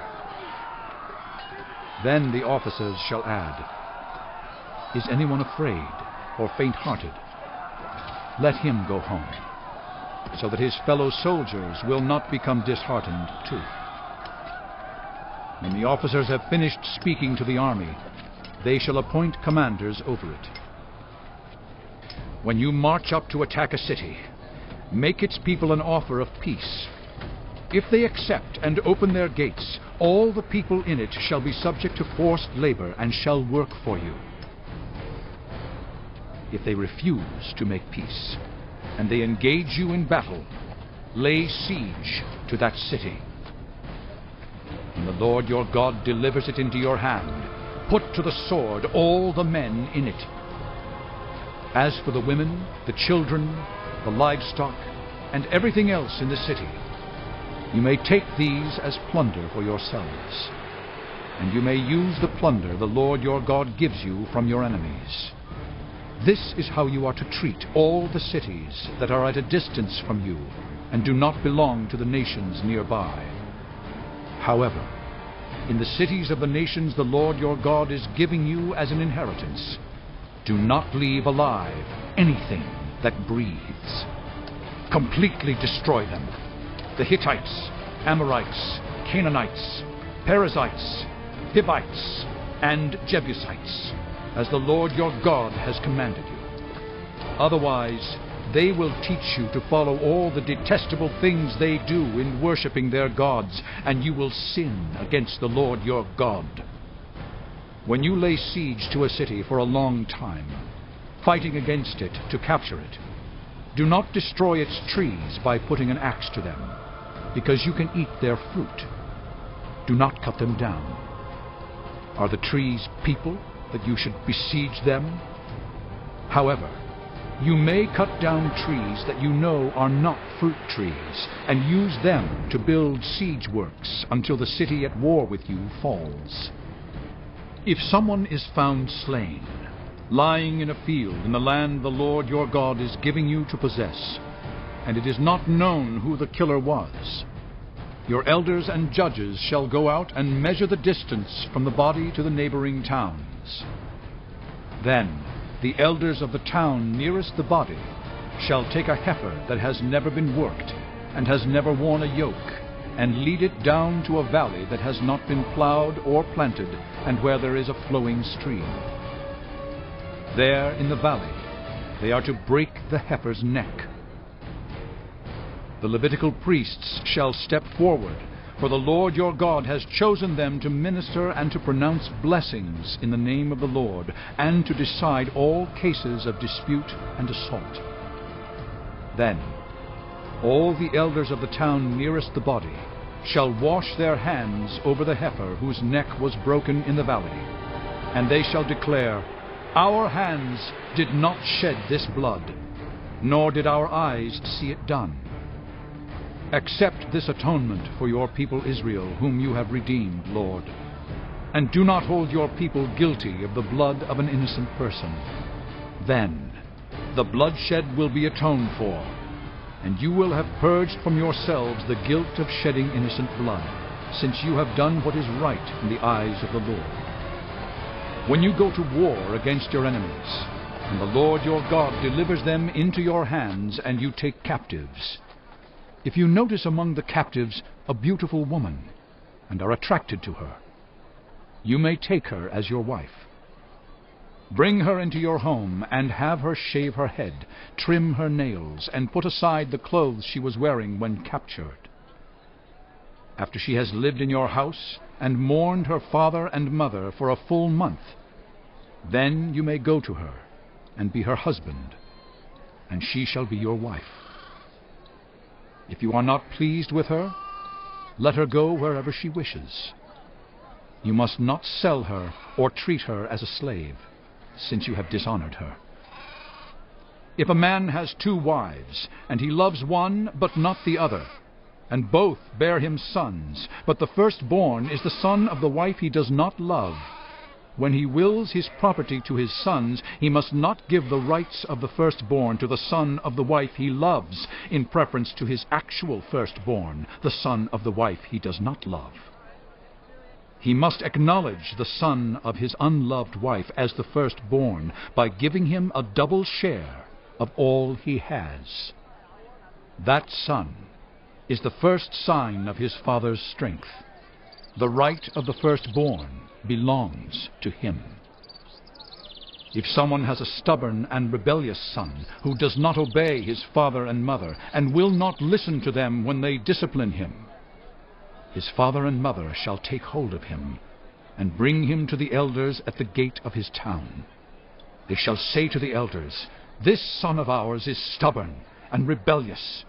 He will not obey us. He is a glutton and a drunkard." Then all the men of his town are to stone him to death. You must purge the evil from among you. All Israel will hear of it and be afraid. If someone guilty of a capital offense is put to death, and their body is exposed on a pole, you must not leave the body hanging on the pole overnight. Be sure to bury it that same day, because anyone who is hung on a pole is under God's curse. You must not desecrate the land the Lord your God is giving you as an inheritance.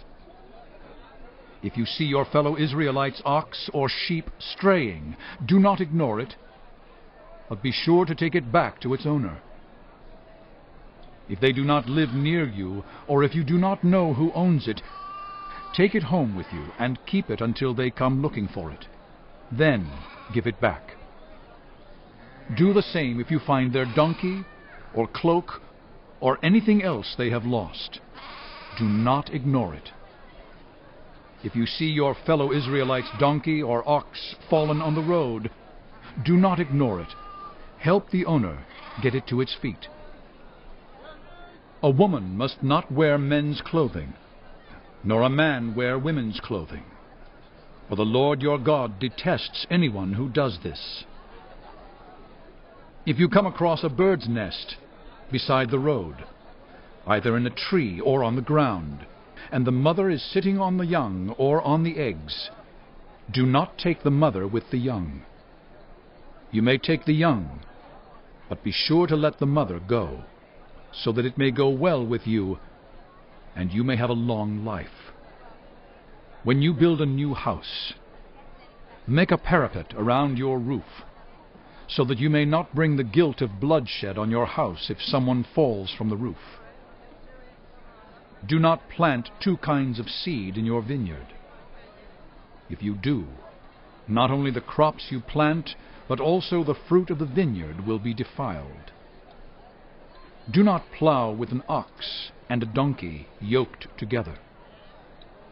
Do not wear clothes of wool and linen woven together. Make tassels on the 4 corners of the cloak you wear.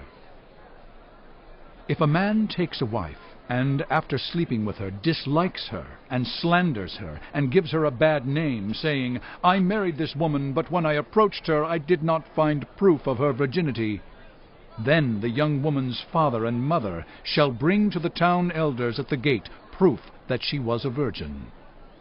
Her father will say to the elders, "I gave my daughter in marriage to this man, but he dislikes her. Now he has slandered her and said, 'I did not find your daughter to be a virgin, but here is the proof of my daughter's virginity.' Then her parents shall display the cloth before the elders of the town, and the elders shall take the man and punish him. They shall fine him 100 shekels of silver, and give them to the young woman's father, because this man has given an Israelite virgin a bad name. She shall continue to be his wife. He must not divorce her as long as he lives. If, however, the charge is true, and no proof of the young woman's virginity can be found, She shall be brought to the door of her father's house, and there the men of her town shall stone her to death. She has done an outrageous thing in Israel by being promiscuous while still in her father's house. You must purge the evil from among you. If a man is found sleeping with another man's wife, both the man who slept with her and the woman must die. You must purge the evil from Israel. If a man happens to meet in a town a virgin pledged to be married, and he sleeps with her, you shall take both of them to the gate of that town and stone them to death.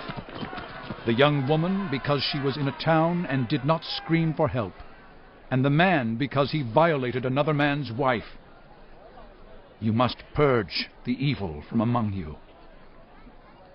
But if out in the country a man happens to meet a young woman pledged to be married and rapes her, only the man who has done this shall die. Do nothing to the woman. She has committed no sin deserving death. This case is like that of someone who attacks and murders a neighbor, for the man found the young woman out in the country, and though the betrothed woman screamed, there was no one to rescue her.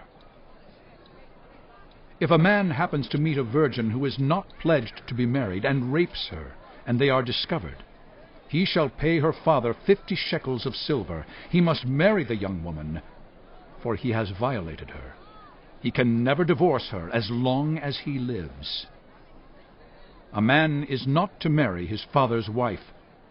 He must not dishonor his father's bed. No one who has been emasculated by crushing or cutting may enter the assembly of the Lord. No one born of a forbidden marriage, nor any of their descendants may enter the assembly of the Lord, not even in the 10th generation. No Ammonite or Moabite or any of their descendants may enter the assembly of the Lord, not even in the 10th generation. For they did not come to meet you with bread and water on your way when you came out of Egypt. And they hired Balaam, son of Beor, from Pethor in Aram-naharaim, to pronounce a curse on you. However, the Lord your God would not listen to Balaam, but turned the curse into a blessing for you, because the Lord your God loves you. Do not seek a treaty of friendship with them as long as you live. Do not despise an Edomite, for the Edomites are related to you. Do not despise an Egyptian, because you resided as foreigners in their country. The 3rd generation of children born to them may enter the assembly of the Lord. When you are encamped against your enemies, keep away from everything impure. If one of your men is unclean because of a nocturnal emission, he is to go outside the camp and stay there. But as evening approaches, he is to wash himself, and at sunset he may return to the camp. Designate a place outside the camp where you can go to relieve yourself. As part of your equipment, have something to dig with. And when you relieve yourself, dig a hole and cover up your excrement. For the Lord your God moves about in your camp to protect you and to deliver your enemies to you. Your camp must be holy, so that he will not see among you anything indecent and turn away from you. If a slave has taken refuge with you, do not hand them over to their master. Let them live among you wherever they like, and in whatever town they choose. Do not oppress them.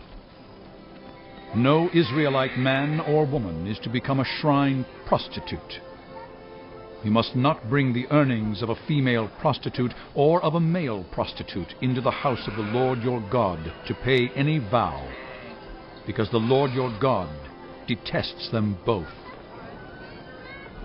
Do not charge a fellow Israelite interest, whether on money or food or anything else that may earn interest. You may charge a foreigner interest, but not a fellow Israelite, so that the Lord your God may bless you in everything you put your hand to in the land you are entering to possess. If you make a vow to the Lord your God, do not be slow to pay it. For the Lord your God will certainly demand it of you, and you will be guilty of sin. But if you refrain from making a vow, you will not be guilty. Whatever your lips utter, you must be sure to do, because you made your vow freely to the Lord your God with your own mouth. If you enter your neighbor's vineyard, you may eat all the grapes you want, but do not put any in your basket. If you enter your neighbor's grain field, you may pick kernels with your hands, but you must not put a sickle to their standing grain. If a man marries a woman who becomes displeasing to him because he finds something indecent about her, and he writes her a certificate of divorce, gives it to her, and sends her from his house, and if, after she leaves his house, she becomes the wife of another man, and her second husband dislikes her and writes her a certificate of divorce, gives it to her, and sends her from his house, or if he dies, then her first husband who divorced her is not allowed to marry her again after she has been defiled. That would be detestable in the eyes of the Lord. Do not bring sin upon the land the Lord your God is giving you as an inheritance. If a man has recently married, he must not be sent to war or have any other duty laid on him. For 1 year he is to be free to stay at home and bring happiness to the wife he has married. Do not take a pair of millstones, not even the upper one, as security for a debt, because that would be taking a person's livelihood as security. If someone is caught kidnapping a fellow Israelite and treating or selling them as a slave, the kidnapper must die. You must purge the evil from among you. In cases of defiling skin diseases, be very careful to do exactly as the Levitical priests instruct you. You must follow carefully what I have commanded them.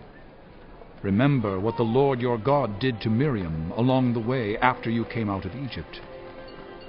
When you make a loan of any kind to your neighbor, do not go into their house to get what is offered to you as a pledge.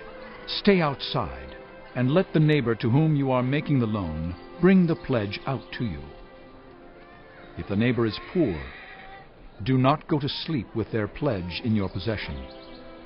Return their cloak by sunset, so that your neighbor may sleep in it. Then they will thank you, and it will be regarded as a righteous act in the sight of the Lord your God. Do not take advantage of a hired worker who is poor and needy, whether that worker is a fellow Israelite or a foreigner residing in one of your towns. Pay them their wages each day before sunset, because they are poor and are counting on it. Otherwise, they may cry to the Lord against you, and you will be guilty of sin.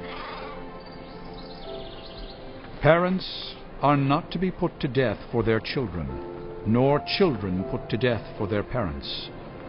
Each will die for their own sin. Do not deprive the foreigner or the fatherless of justice, or take the cloak of the widow as a pledge.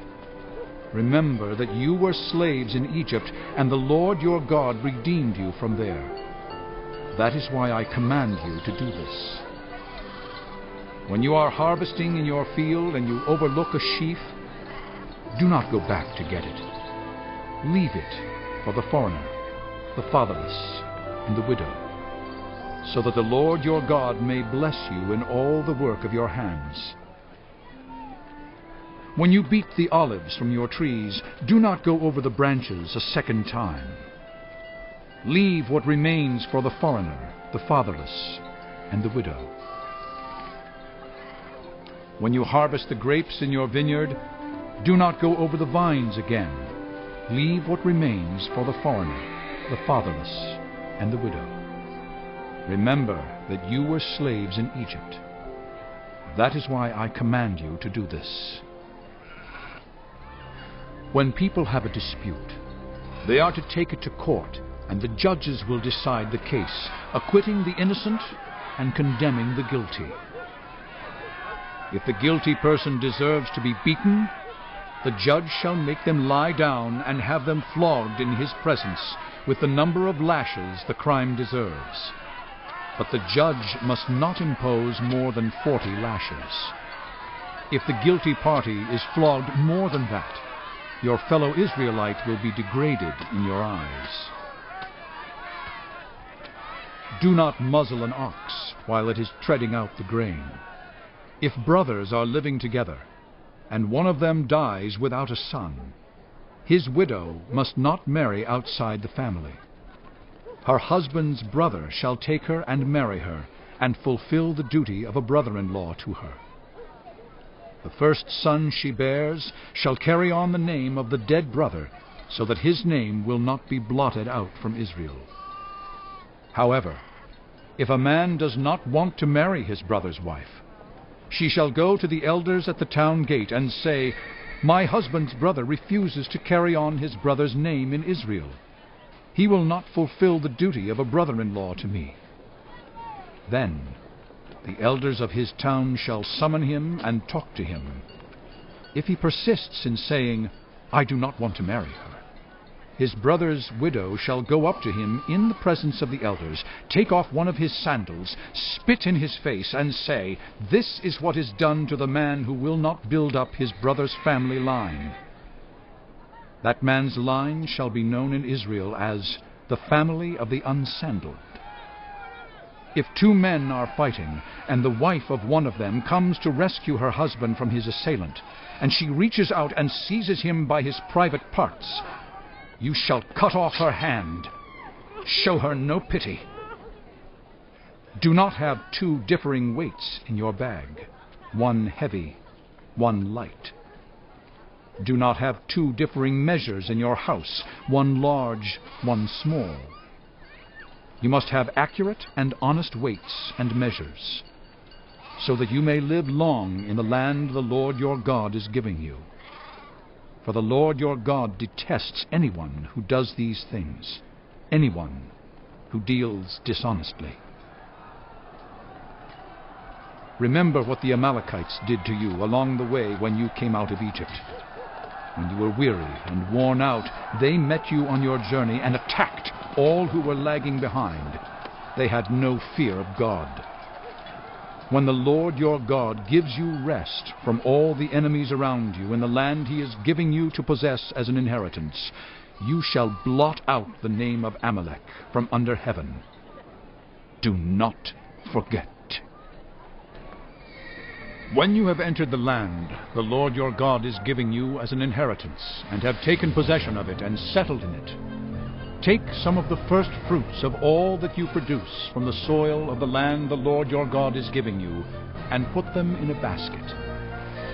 Then go to the place the Lord your God will choose as a dwelling for his name, and say to the priest in office at the time, "I declare today to the Lord your God that I have come to the land the Lord swore to our ancestors to give us." The priest shall take the basket from your hands, and set it down in front of the altar of the Lord your God. Then you shall declare before the Lord your God, "My father was a wandering Aramaean, and he went down into Egypt with a few people, and lived there and became a great nation, powerful and numerous. But the Egyptians mistreated us and made us suffer, subjecting us to harsh labor. Then we cried out to the Lord, the God of our ancestors, and the Lord heard our voice and saw our misery, toil, and oppression. So the Lord brought us out of Egypt with a mighty hand and an outstretched arm, with great terror and with signs and wonders.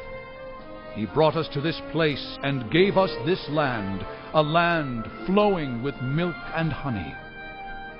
And now I bring the first fruits of the soil that you, Lord, have given me. Place the basket before the Lord your God, and bow down before him. Then you and the Levites and the foreigners residing among you shall rejoice in all the good things the Lord your God has given to you and your household. When you have finished setting aside 1/10 of all your produce in the 3rd year, the year of the tithe, You shall give it to the Levite, the foreigner, the fatherless, and the widow, so that they may eat in your towns and be satisfied. Then say to the Lord your God, I have removed from my house the sacred portion, and have given it to the Levite, the foreigner, the fatherless, and the widow, according to all you commanded. I have not turned aside from your commands, nor have I forgotten any of them. I have not eaten any of the sacred portion while I was in mourning, nor have I removed any of it while I was unclean, nor have I offered any of it to the dead. I have obeyed the Lord my God. I have done everything you commanded me. Look down from heaven, your holy dwelling place, and bless your people Israel, and the land you have given us, as you promised on oath to our ancestors, a land flowing with milk and honey. The Lord your God commands you this day to follow these decrees and laws. Carefully observe them with all your heart and with all your soul. You have declared this day that the Lord is your God, and that you will walk in obedience to him, that you will keep his decrees, commands, and laws, that you will listen to him. And the Lord has declared this day that you are his people, his treasured possession, as he promised, and that you are to keep all his commands.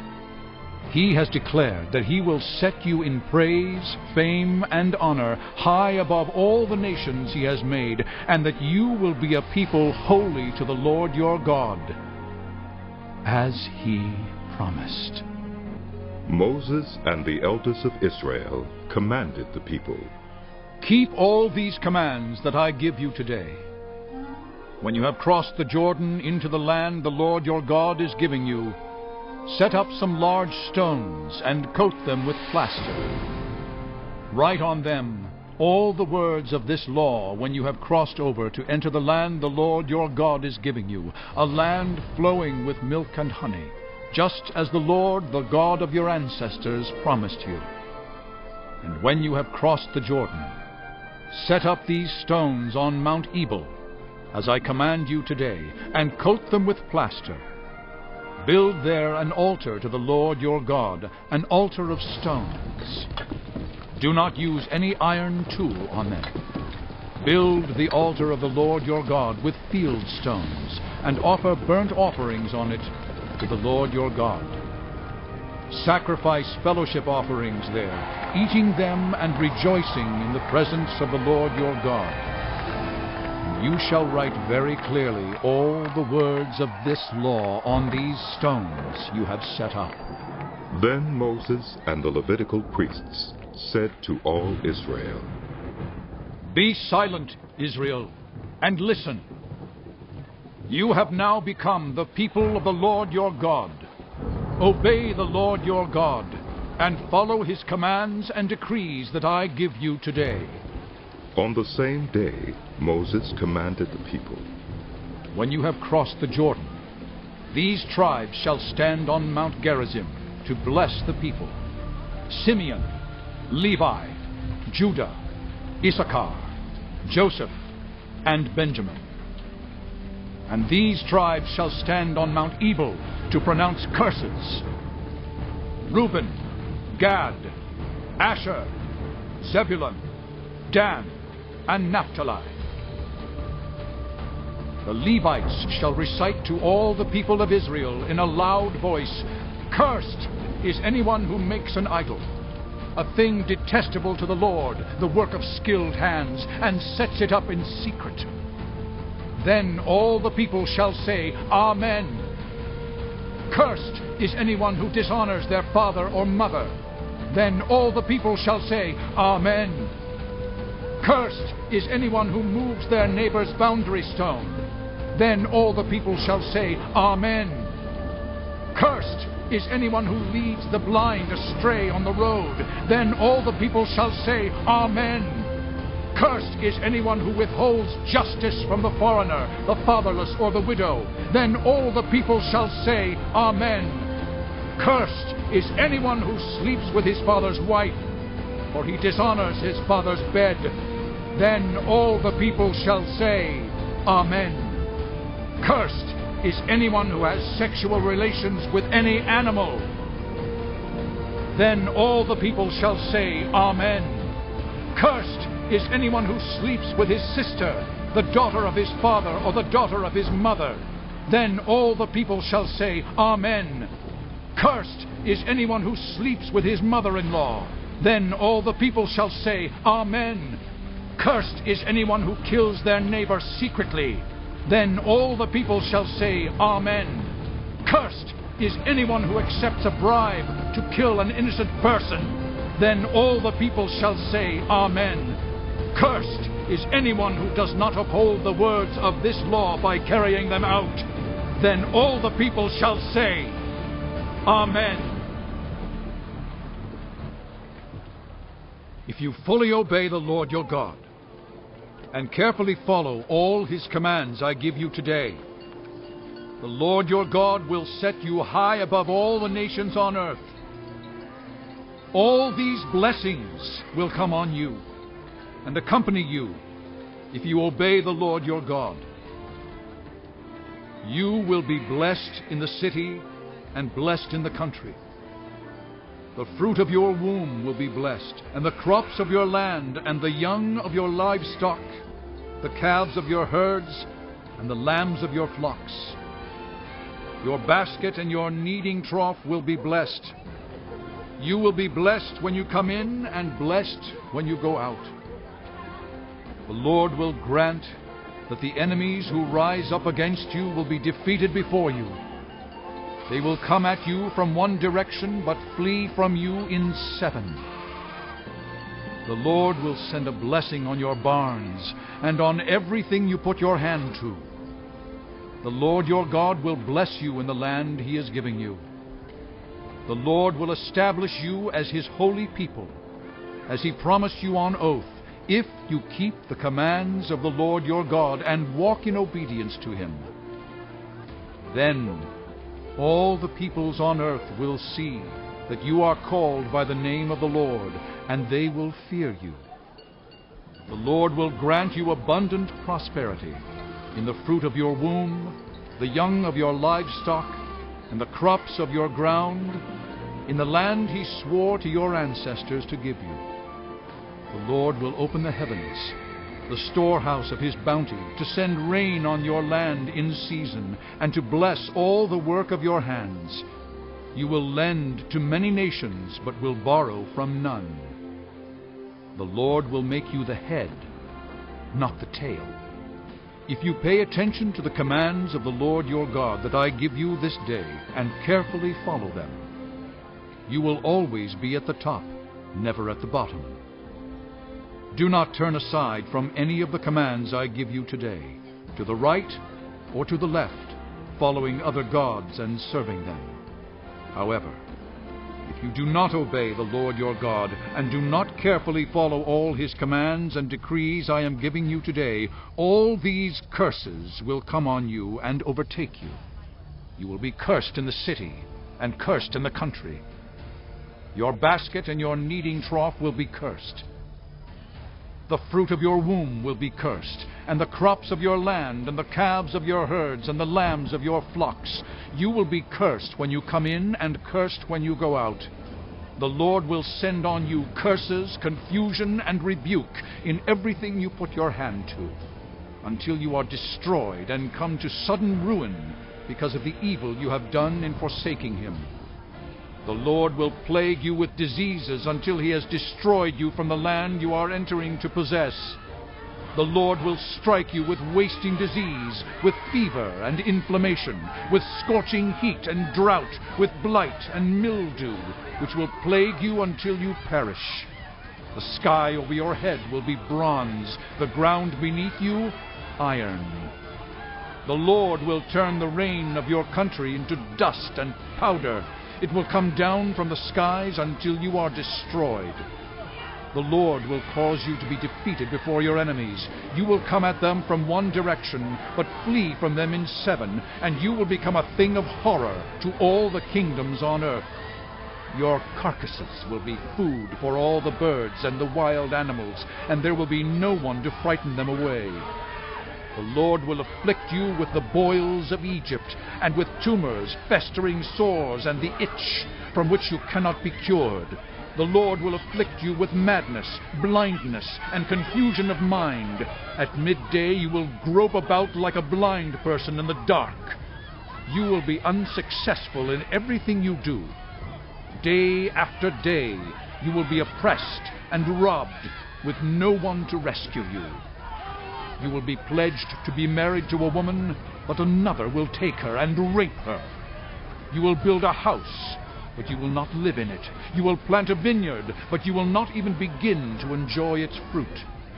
Your ox will be slaughtered before your eyes, but you will eat none of it.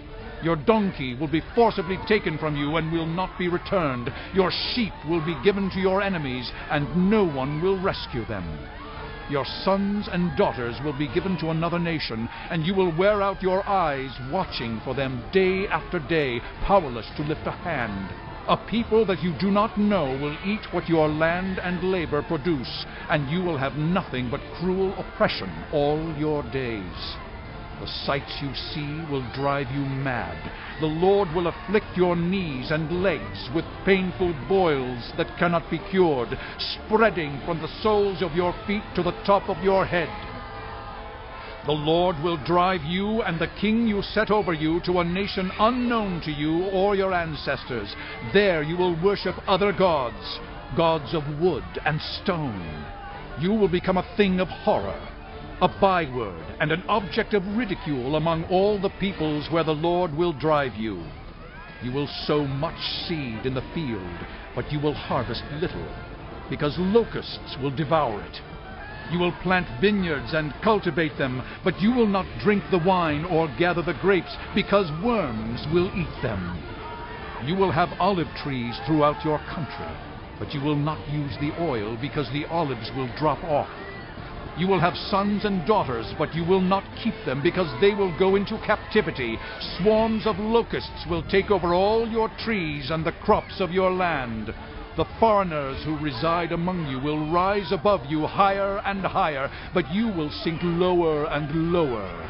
They will lend to you, but you will not lend to them. They will be the head, but you will be the tail. All these curses will come on you. They will pursue you and overtake you until you are destroyed, because you did not obey the Lord your God and observe the commands and decrees he gave you.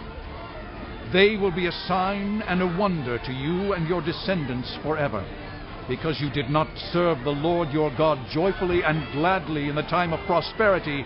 Therefore, in hunger and thirst, in nakedness and dire poverty, you will serve the enemies the Lord sends against you. He will put an iron yoke on your neck until he has destroyed you. The Lord will bring a nation against you from far away, from the ends of the earth, like an eagle swooping down, a nation whose language you will not understand, a fierce-looking nation without respect for the old or pity for the young. They will devour the young of your livestock and the crops of your land until you are destroyed. They will leave you no grain, new wine, or olive oil, nor any calves of your herds or lambs of your flocks until you are ruined. They will lay siege to all the cities throughout your land until the high fortified walls in which you trust fall down. They will besiege all the cities throughout the land the Lord your God is giving you. Because of the suffering that your enemy will inflict on you during the siege, you will eat the fruit of the womb, the flesh of the sons and daughters the Lord your God has given you. Even the most gentle and sensitive man among you will have no compassion on his own brother, or the wife he loves, or his surviving children, and he will not give to one of them any of the flesh of his children that he is eating. It will be all he has left because of the suffering your enemy will inflict on you during the siege of all your cities. The most gentle and sensitive woman among you, so sensitive and gentle that she would not venture to touch the ground with the sole of her foot, will begrudge the husband she loves, and her own son or daughter the afterbirth from her womb, and the children she bears. For in her dire need she intends to eat them secretly, because of the suffering your enemy will inflict on you during the siege of your cities. If you do not carefully follow all the words of this law, which are written in this book, and do not revere this glorious and awesome name, the Lord your God, the Lord will send fearful plagues on you and your descendants, harsh and prolonged disasters, and severe and lingering illnesses. He will bring on you all the diseases of Egypt that you dreaded, and they will cling to you. The Lord will also bring on you every kind of sickness and disaster not recorded in this book of the law until you are destroyed. You, who are as numerous as the stars in the sky, will be left but few in number, because you did not obey the Lord your God. Just as it pleased the Lord to make you prosper and increase in number, so it will please him to ruin and destroy you. You will be uprooted from the land you are entering to possess. Then the Lord will scatter you among all nations, from one end of the earth to the other. There you will worship other gods, gods of wood and stone, which neither you nor your ancestors have known. Among those nations you will find no repose, no resting place for the sole of your foot. There the Lord will give you an anxious mind, eyes weary with longing, and a despairing heart. You will live in constant suspense, filled with dread both night and day, never sure of your life. In the morning you will say, "If only it were evening," and in the evening, "If only it were morning," because of the terror that will fill your hearts and the sights that your eyes will see. The Lord will send you back in ships to Egypt on a journey I said you should never make again. There you will offer yourselves for sale to your enemies as male and female slaves, but no one will buy you. These are the terms of the covenant the Lord commanded Moses to make with the Israelites in Moab, in addition to the covenant he had made with them at Horeb. Moses summoned all the Israelites and said to them, Your eyes have seen all that the Lord did in Egypt to Pharaoh, to all his officials, and to all his land. With your own eyes you saw those great trials, those signs and great wonders. But to this day the Lord has not given you a mind that understands, or eyes that see, or ears that hear. Yet the Lord says, During the 40 years that I led you through the wilderness, your clothes did not wear out, nor did the sandals on your feet. You ate no bread and drank no wine or other fermented drink. I did this so that you might know that I am the Lord your God. When you reached this place, Sihon, king of Heshbon, and Og, king of Bashan, came out to fight against us, but we defeated them. We took their land and gave it as an inheritance to the Reubenites, the Gadites, and the half-tribe of Manasseh.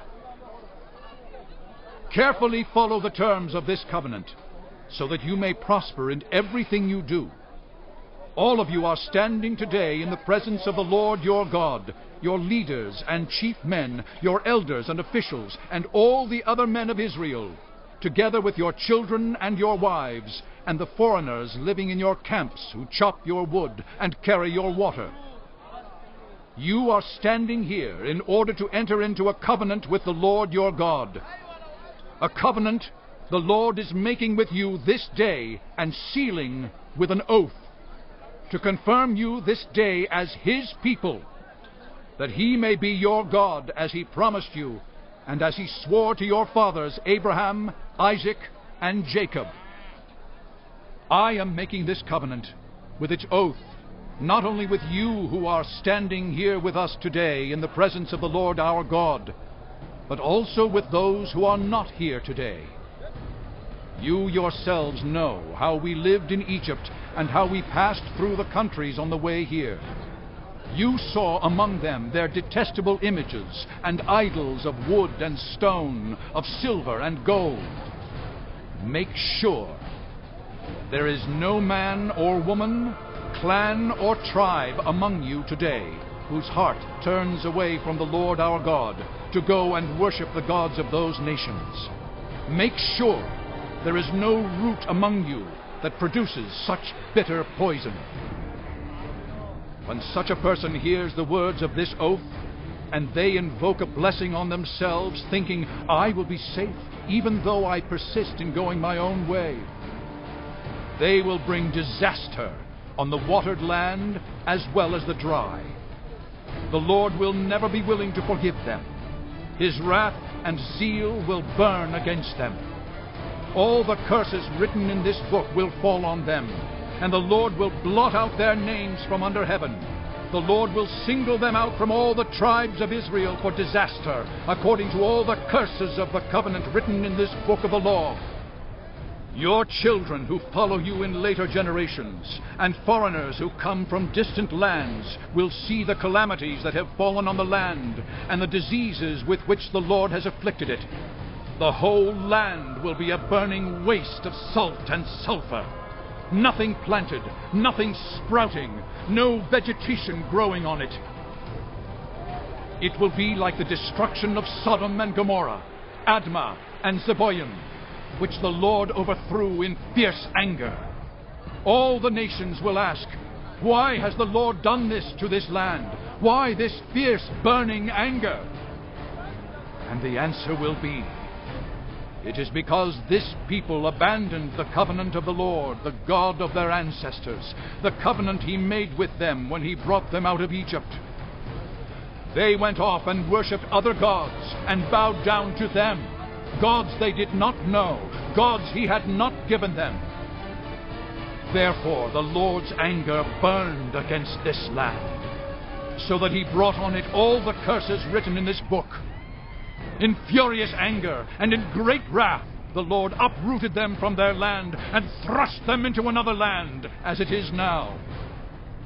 The secret things belong to the Lord our God, but the things revealed belong to us and to our children forever, that we may follow all the words of this law. When all these blessings and curses I have set before you come on you, and you take them to heart wherever the Lord your God disperses you among the nations, and when you and your children return to the Lord your God and obey him with all your heart and with all your soul, according to everything I command you today, then the Lord your God will restore your fortunes and have compassion on you, and gather you again from all the nations where he scattered you. Even if you have been banished to the most distant land under the heavens, from there the Lord your God will gather you and bring you back. He will bring you to the land that belonged to your ancestors, and you will take possession of it. He will make you more prosperous and numerous than your ancestors. The Lord your God will circumcise your hearts and the hearts of your descendants, so that you may love him with all your heart and with all your soul, and live. The Lord your God will put all these curses on your enemies who hate and persecute you. You will again obey the Lord and follow all his commands I am giving you today. Then the Lord your God will make you most prosperous in all the work of your hands, and in the fruit of your womb, the young of your livestock, and the crops of your land. The Lord will again delight in you and make you prosperous, just as he delighted in your ancestors, if you obey the Lord your God and keep his commands and decrees that are written in this book of the law, and turn to the Lord your God with all your heart and with all your soul. Now, what I am commanding you today is not too difficult for you or beyond your reach. It is not up in heaven, so that you have to ask, who will ascend into heaven to get it and proclaim it to us, so we may obey it? Nor is it beyond the sea, so that you have to ask, who will cross the sea to get it and proclaim it to us, so we may obey it? No. The word is very near you. It is in your mouth and in your heart, so you may obey it. See, I set before you today life and prosperity, death and destruction. For I command you today to love the Lord your God, to walk in obedience to him, and to keep his commands, decrees, and laws. Then you will live and increase, and the Lord your God will bless you in the land you are entering to possess.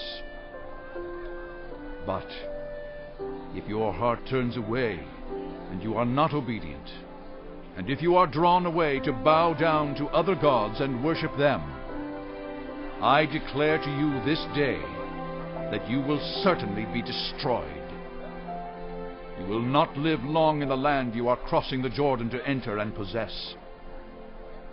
This day I call the heavens and the earth as witnesses against you, that I have set before you life and death, blessings and curses.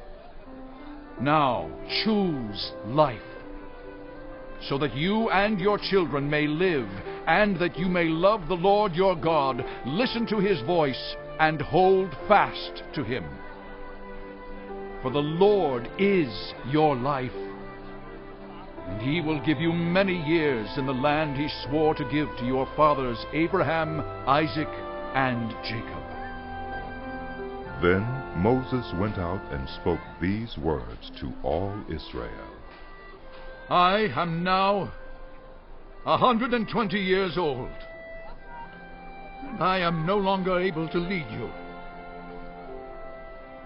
The Lord has said to me, you shall not cross the Jordan.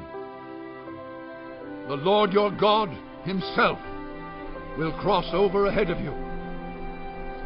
He will destroy these nations before you, and you will take possession of their land.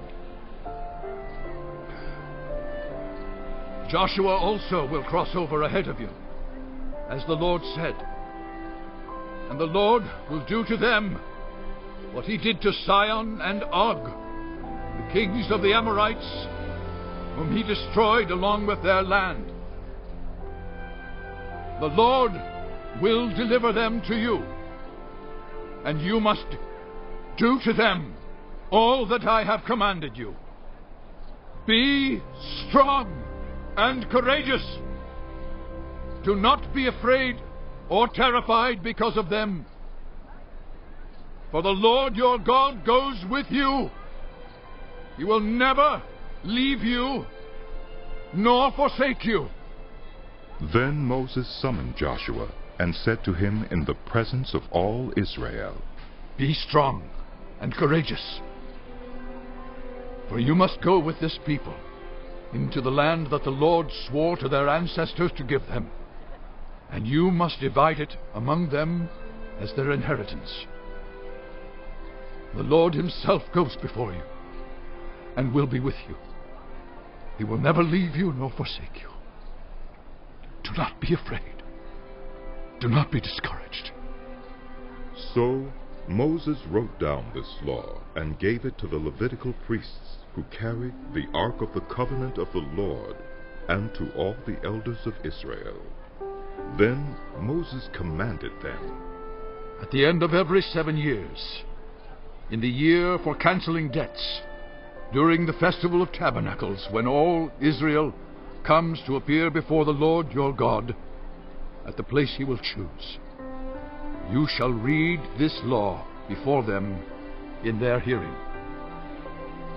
Assemble the people, men, women, and children, and the foreigners residing in your towns, so they can listen and learn to fear the Lord your God and follow carefully all the words of this law. Their children who do not know this law must hear it and learn to fear the Lord your God as long as you live in the land you are crossing the Jordan to possess. The Lord said to Moses, Now the day of your death is near. Call Joshua and present yourselves at the tent of meeting, where I will commission him. So Moses and Joshua came and presented themselves at the tent of meeting. Then the Lord appeared at the tent in a pillar of cloud, and the cloud stood over the entrance to the tent. And the Lord said to Moses, You are going to rest with your ancestors, and these people will soon prostitute themselves to the foreign gods of the land they are entering. They will forsake me and break the covenant I made with them. And in that day I will become angry with them and forsake them. I will hide my face from them, and they will be destroyed. Many disasters and calamities will come on them, and in that day they will ask, Have not these disasters come on us because our God is not with us? And I will certainly hide my face in that day, because of all their wickedness in turning to other gods. Now write down this song and teach it to the Israelites and have them sing it, so that it may be a witness for me against them.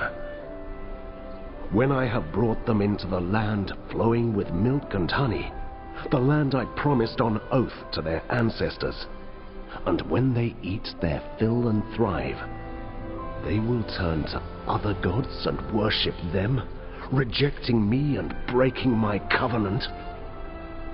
And when many disasters and calamities come on them, this song will testify against them, because it will not be forgotten by their descendants.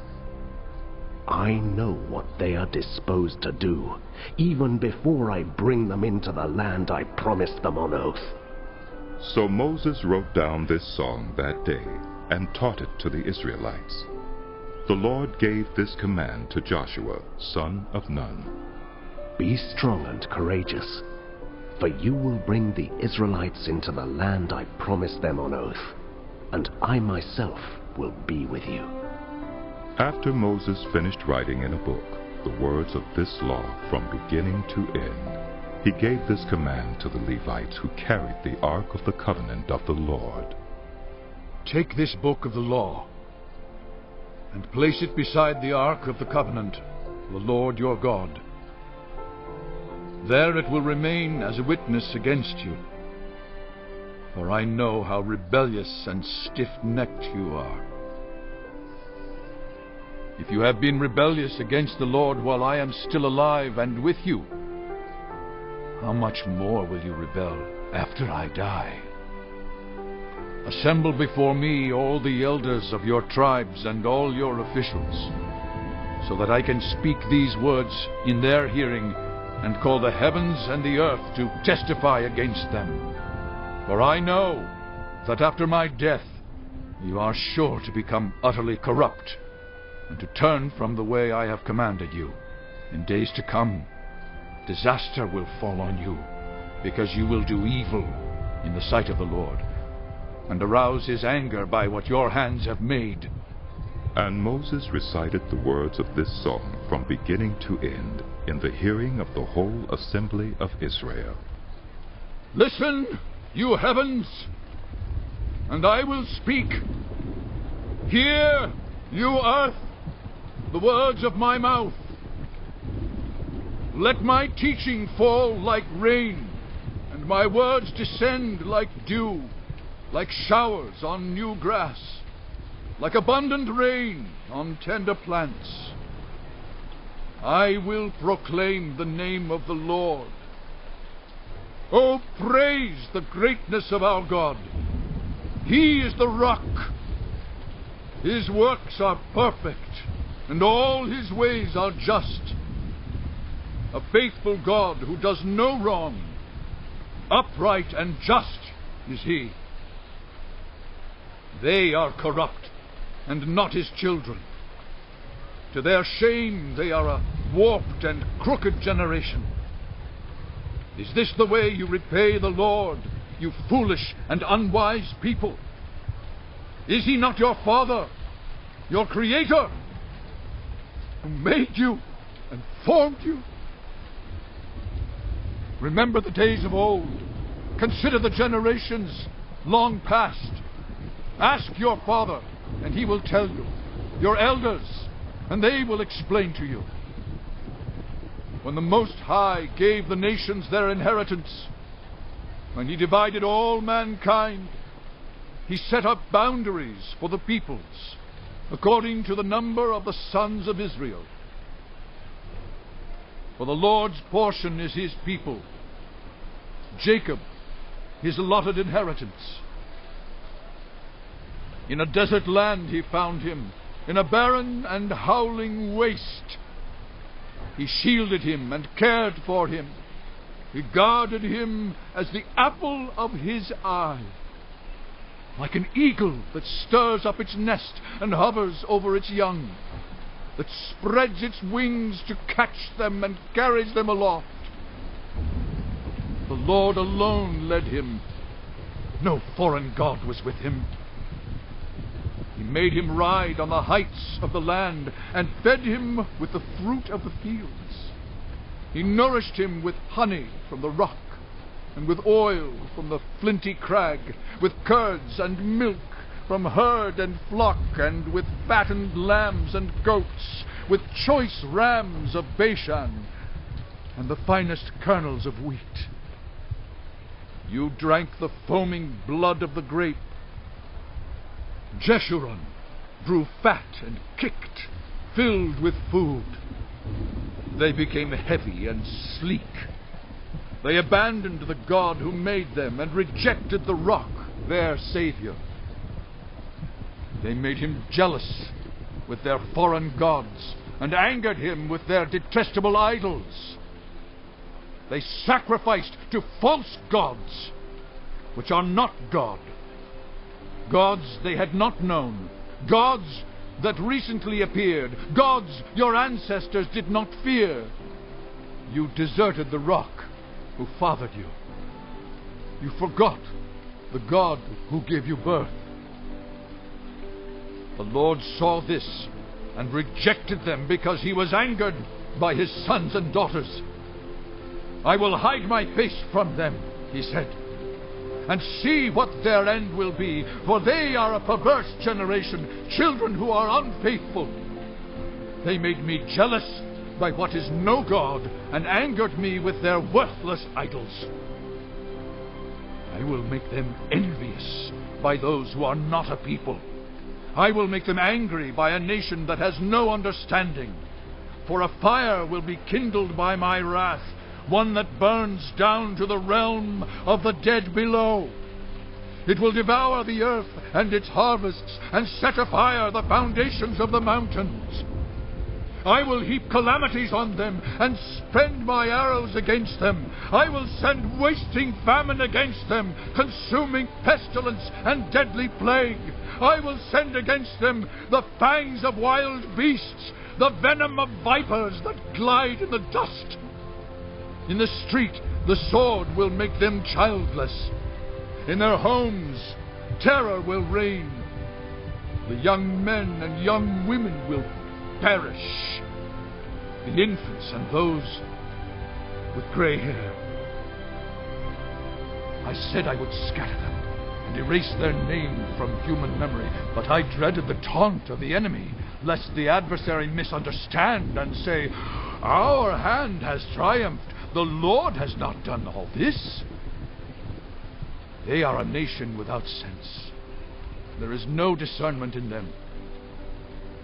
If only they were wise and would understand this and discern what their end will be. How could one man chase 1,000, or two put 10,000 to flight, unless their rock had sold them, unless the Lord had given them up? For their rock is not like our rock. As even our enemies concede, their vine comes from the vine of Sodom and from the fields of Gomorrah. Their grapes are filled with poison, and their clusters with bitterness. Their wine is the venom of serpents, the deadly poison of cobras. Have I not kept this in reserve and sealed it in my vaults? It is mine to avenge. I will repay. In due time their foot will slip. Their day of disaster is near, and their doom rushes upon them. The Lord will vindicate his people and relent concerning his servants when he sees their strength is gone and no one is left, slave or free. He will say, "Now, where are their gods?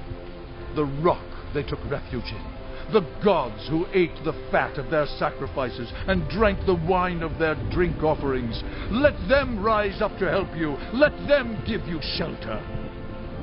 See, now that I myself am he, there is no God besides me.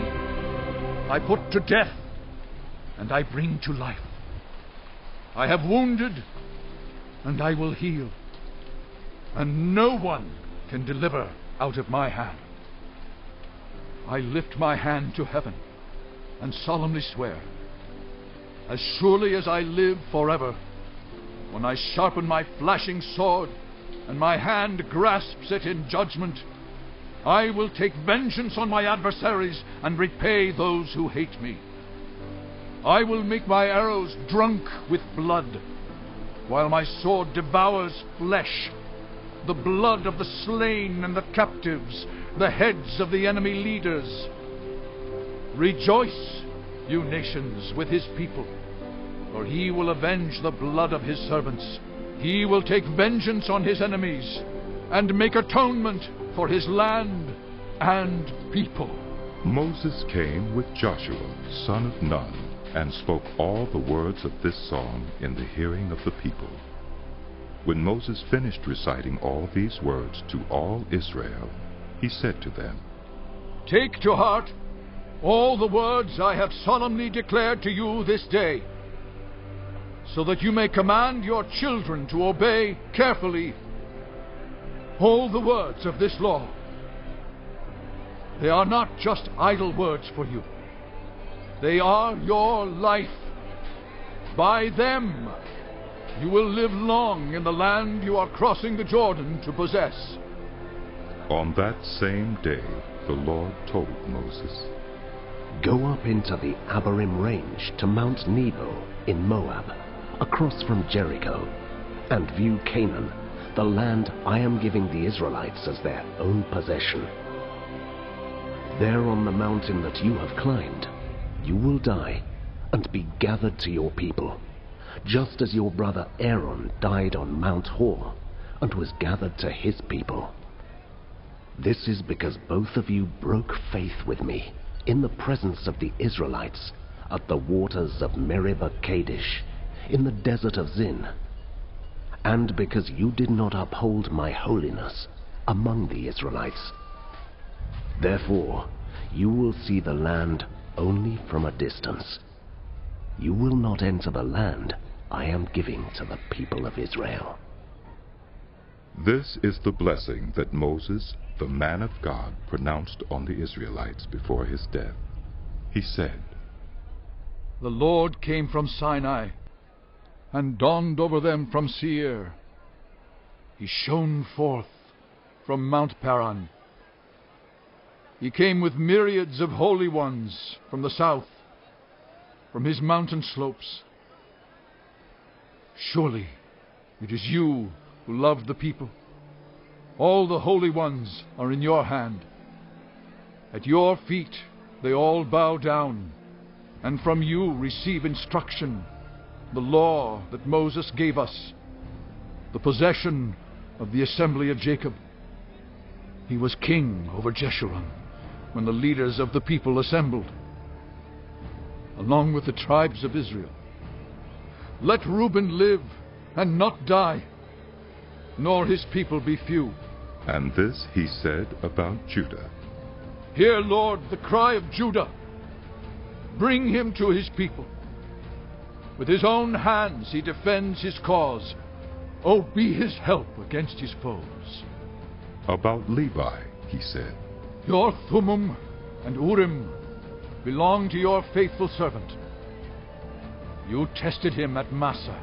You contended with him at the waters of Meribah. He said of his father and mother, I have no regard for them. He did not recognize his brothers or acknowledge his own children. But he watched over your word and guarded your covenant. He teaches your precepts to Jacob and your law to Israel. He offers incense before you and whole burnt offerings on your altar. Bless all his skills, Lord, and be pleased with the work of his hands. Strike down those who rise against him, his foes, till they rise no more. About Benjamin, he said, Let the beloved of the Lord rest secure in him, for he shields him all day long. And the one the Lord loves rests between his shoulders. About Joseph, he said, May the Lord bless his land with the precious dew from heaven above, and with the deep waters that lie below. With the best the sun brings forth, and the finest the moon can yield. With the choicest gifts of the ancient mountains, and the fruitfulness of the everlasting hills. With the best gifts of the earth, and its fullness, and the favor of him who dwelt in the burning bush. Let all these rest on the head of Joseph, on the brow of the prince among his brothers. In majesty he is like a firstborn bull. His horns are the horns of a wild ox. With them he will gore the nations, even those at the ends of the earth. Such are the 10,000s of Ephraim. Such are the thousands of Manasseh.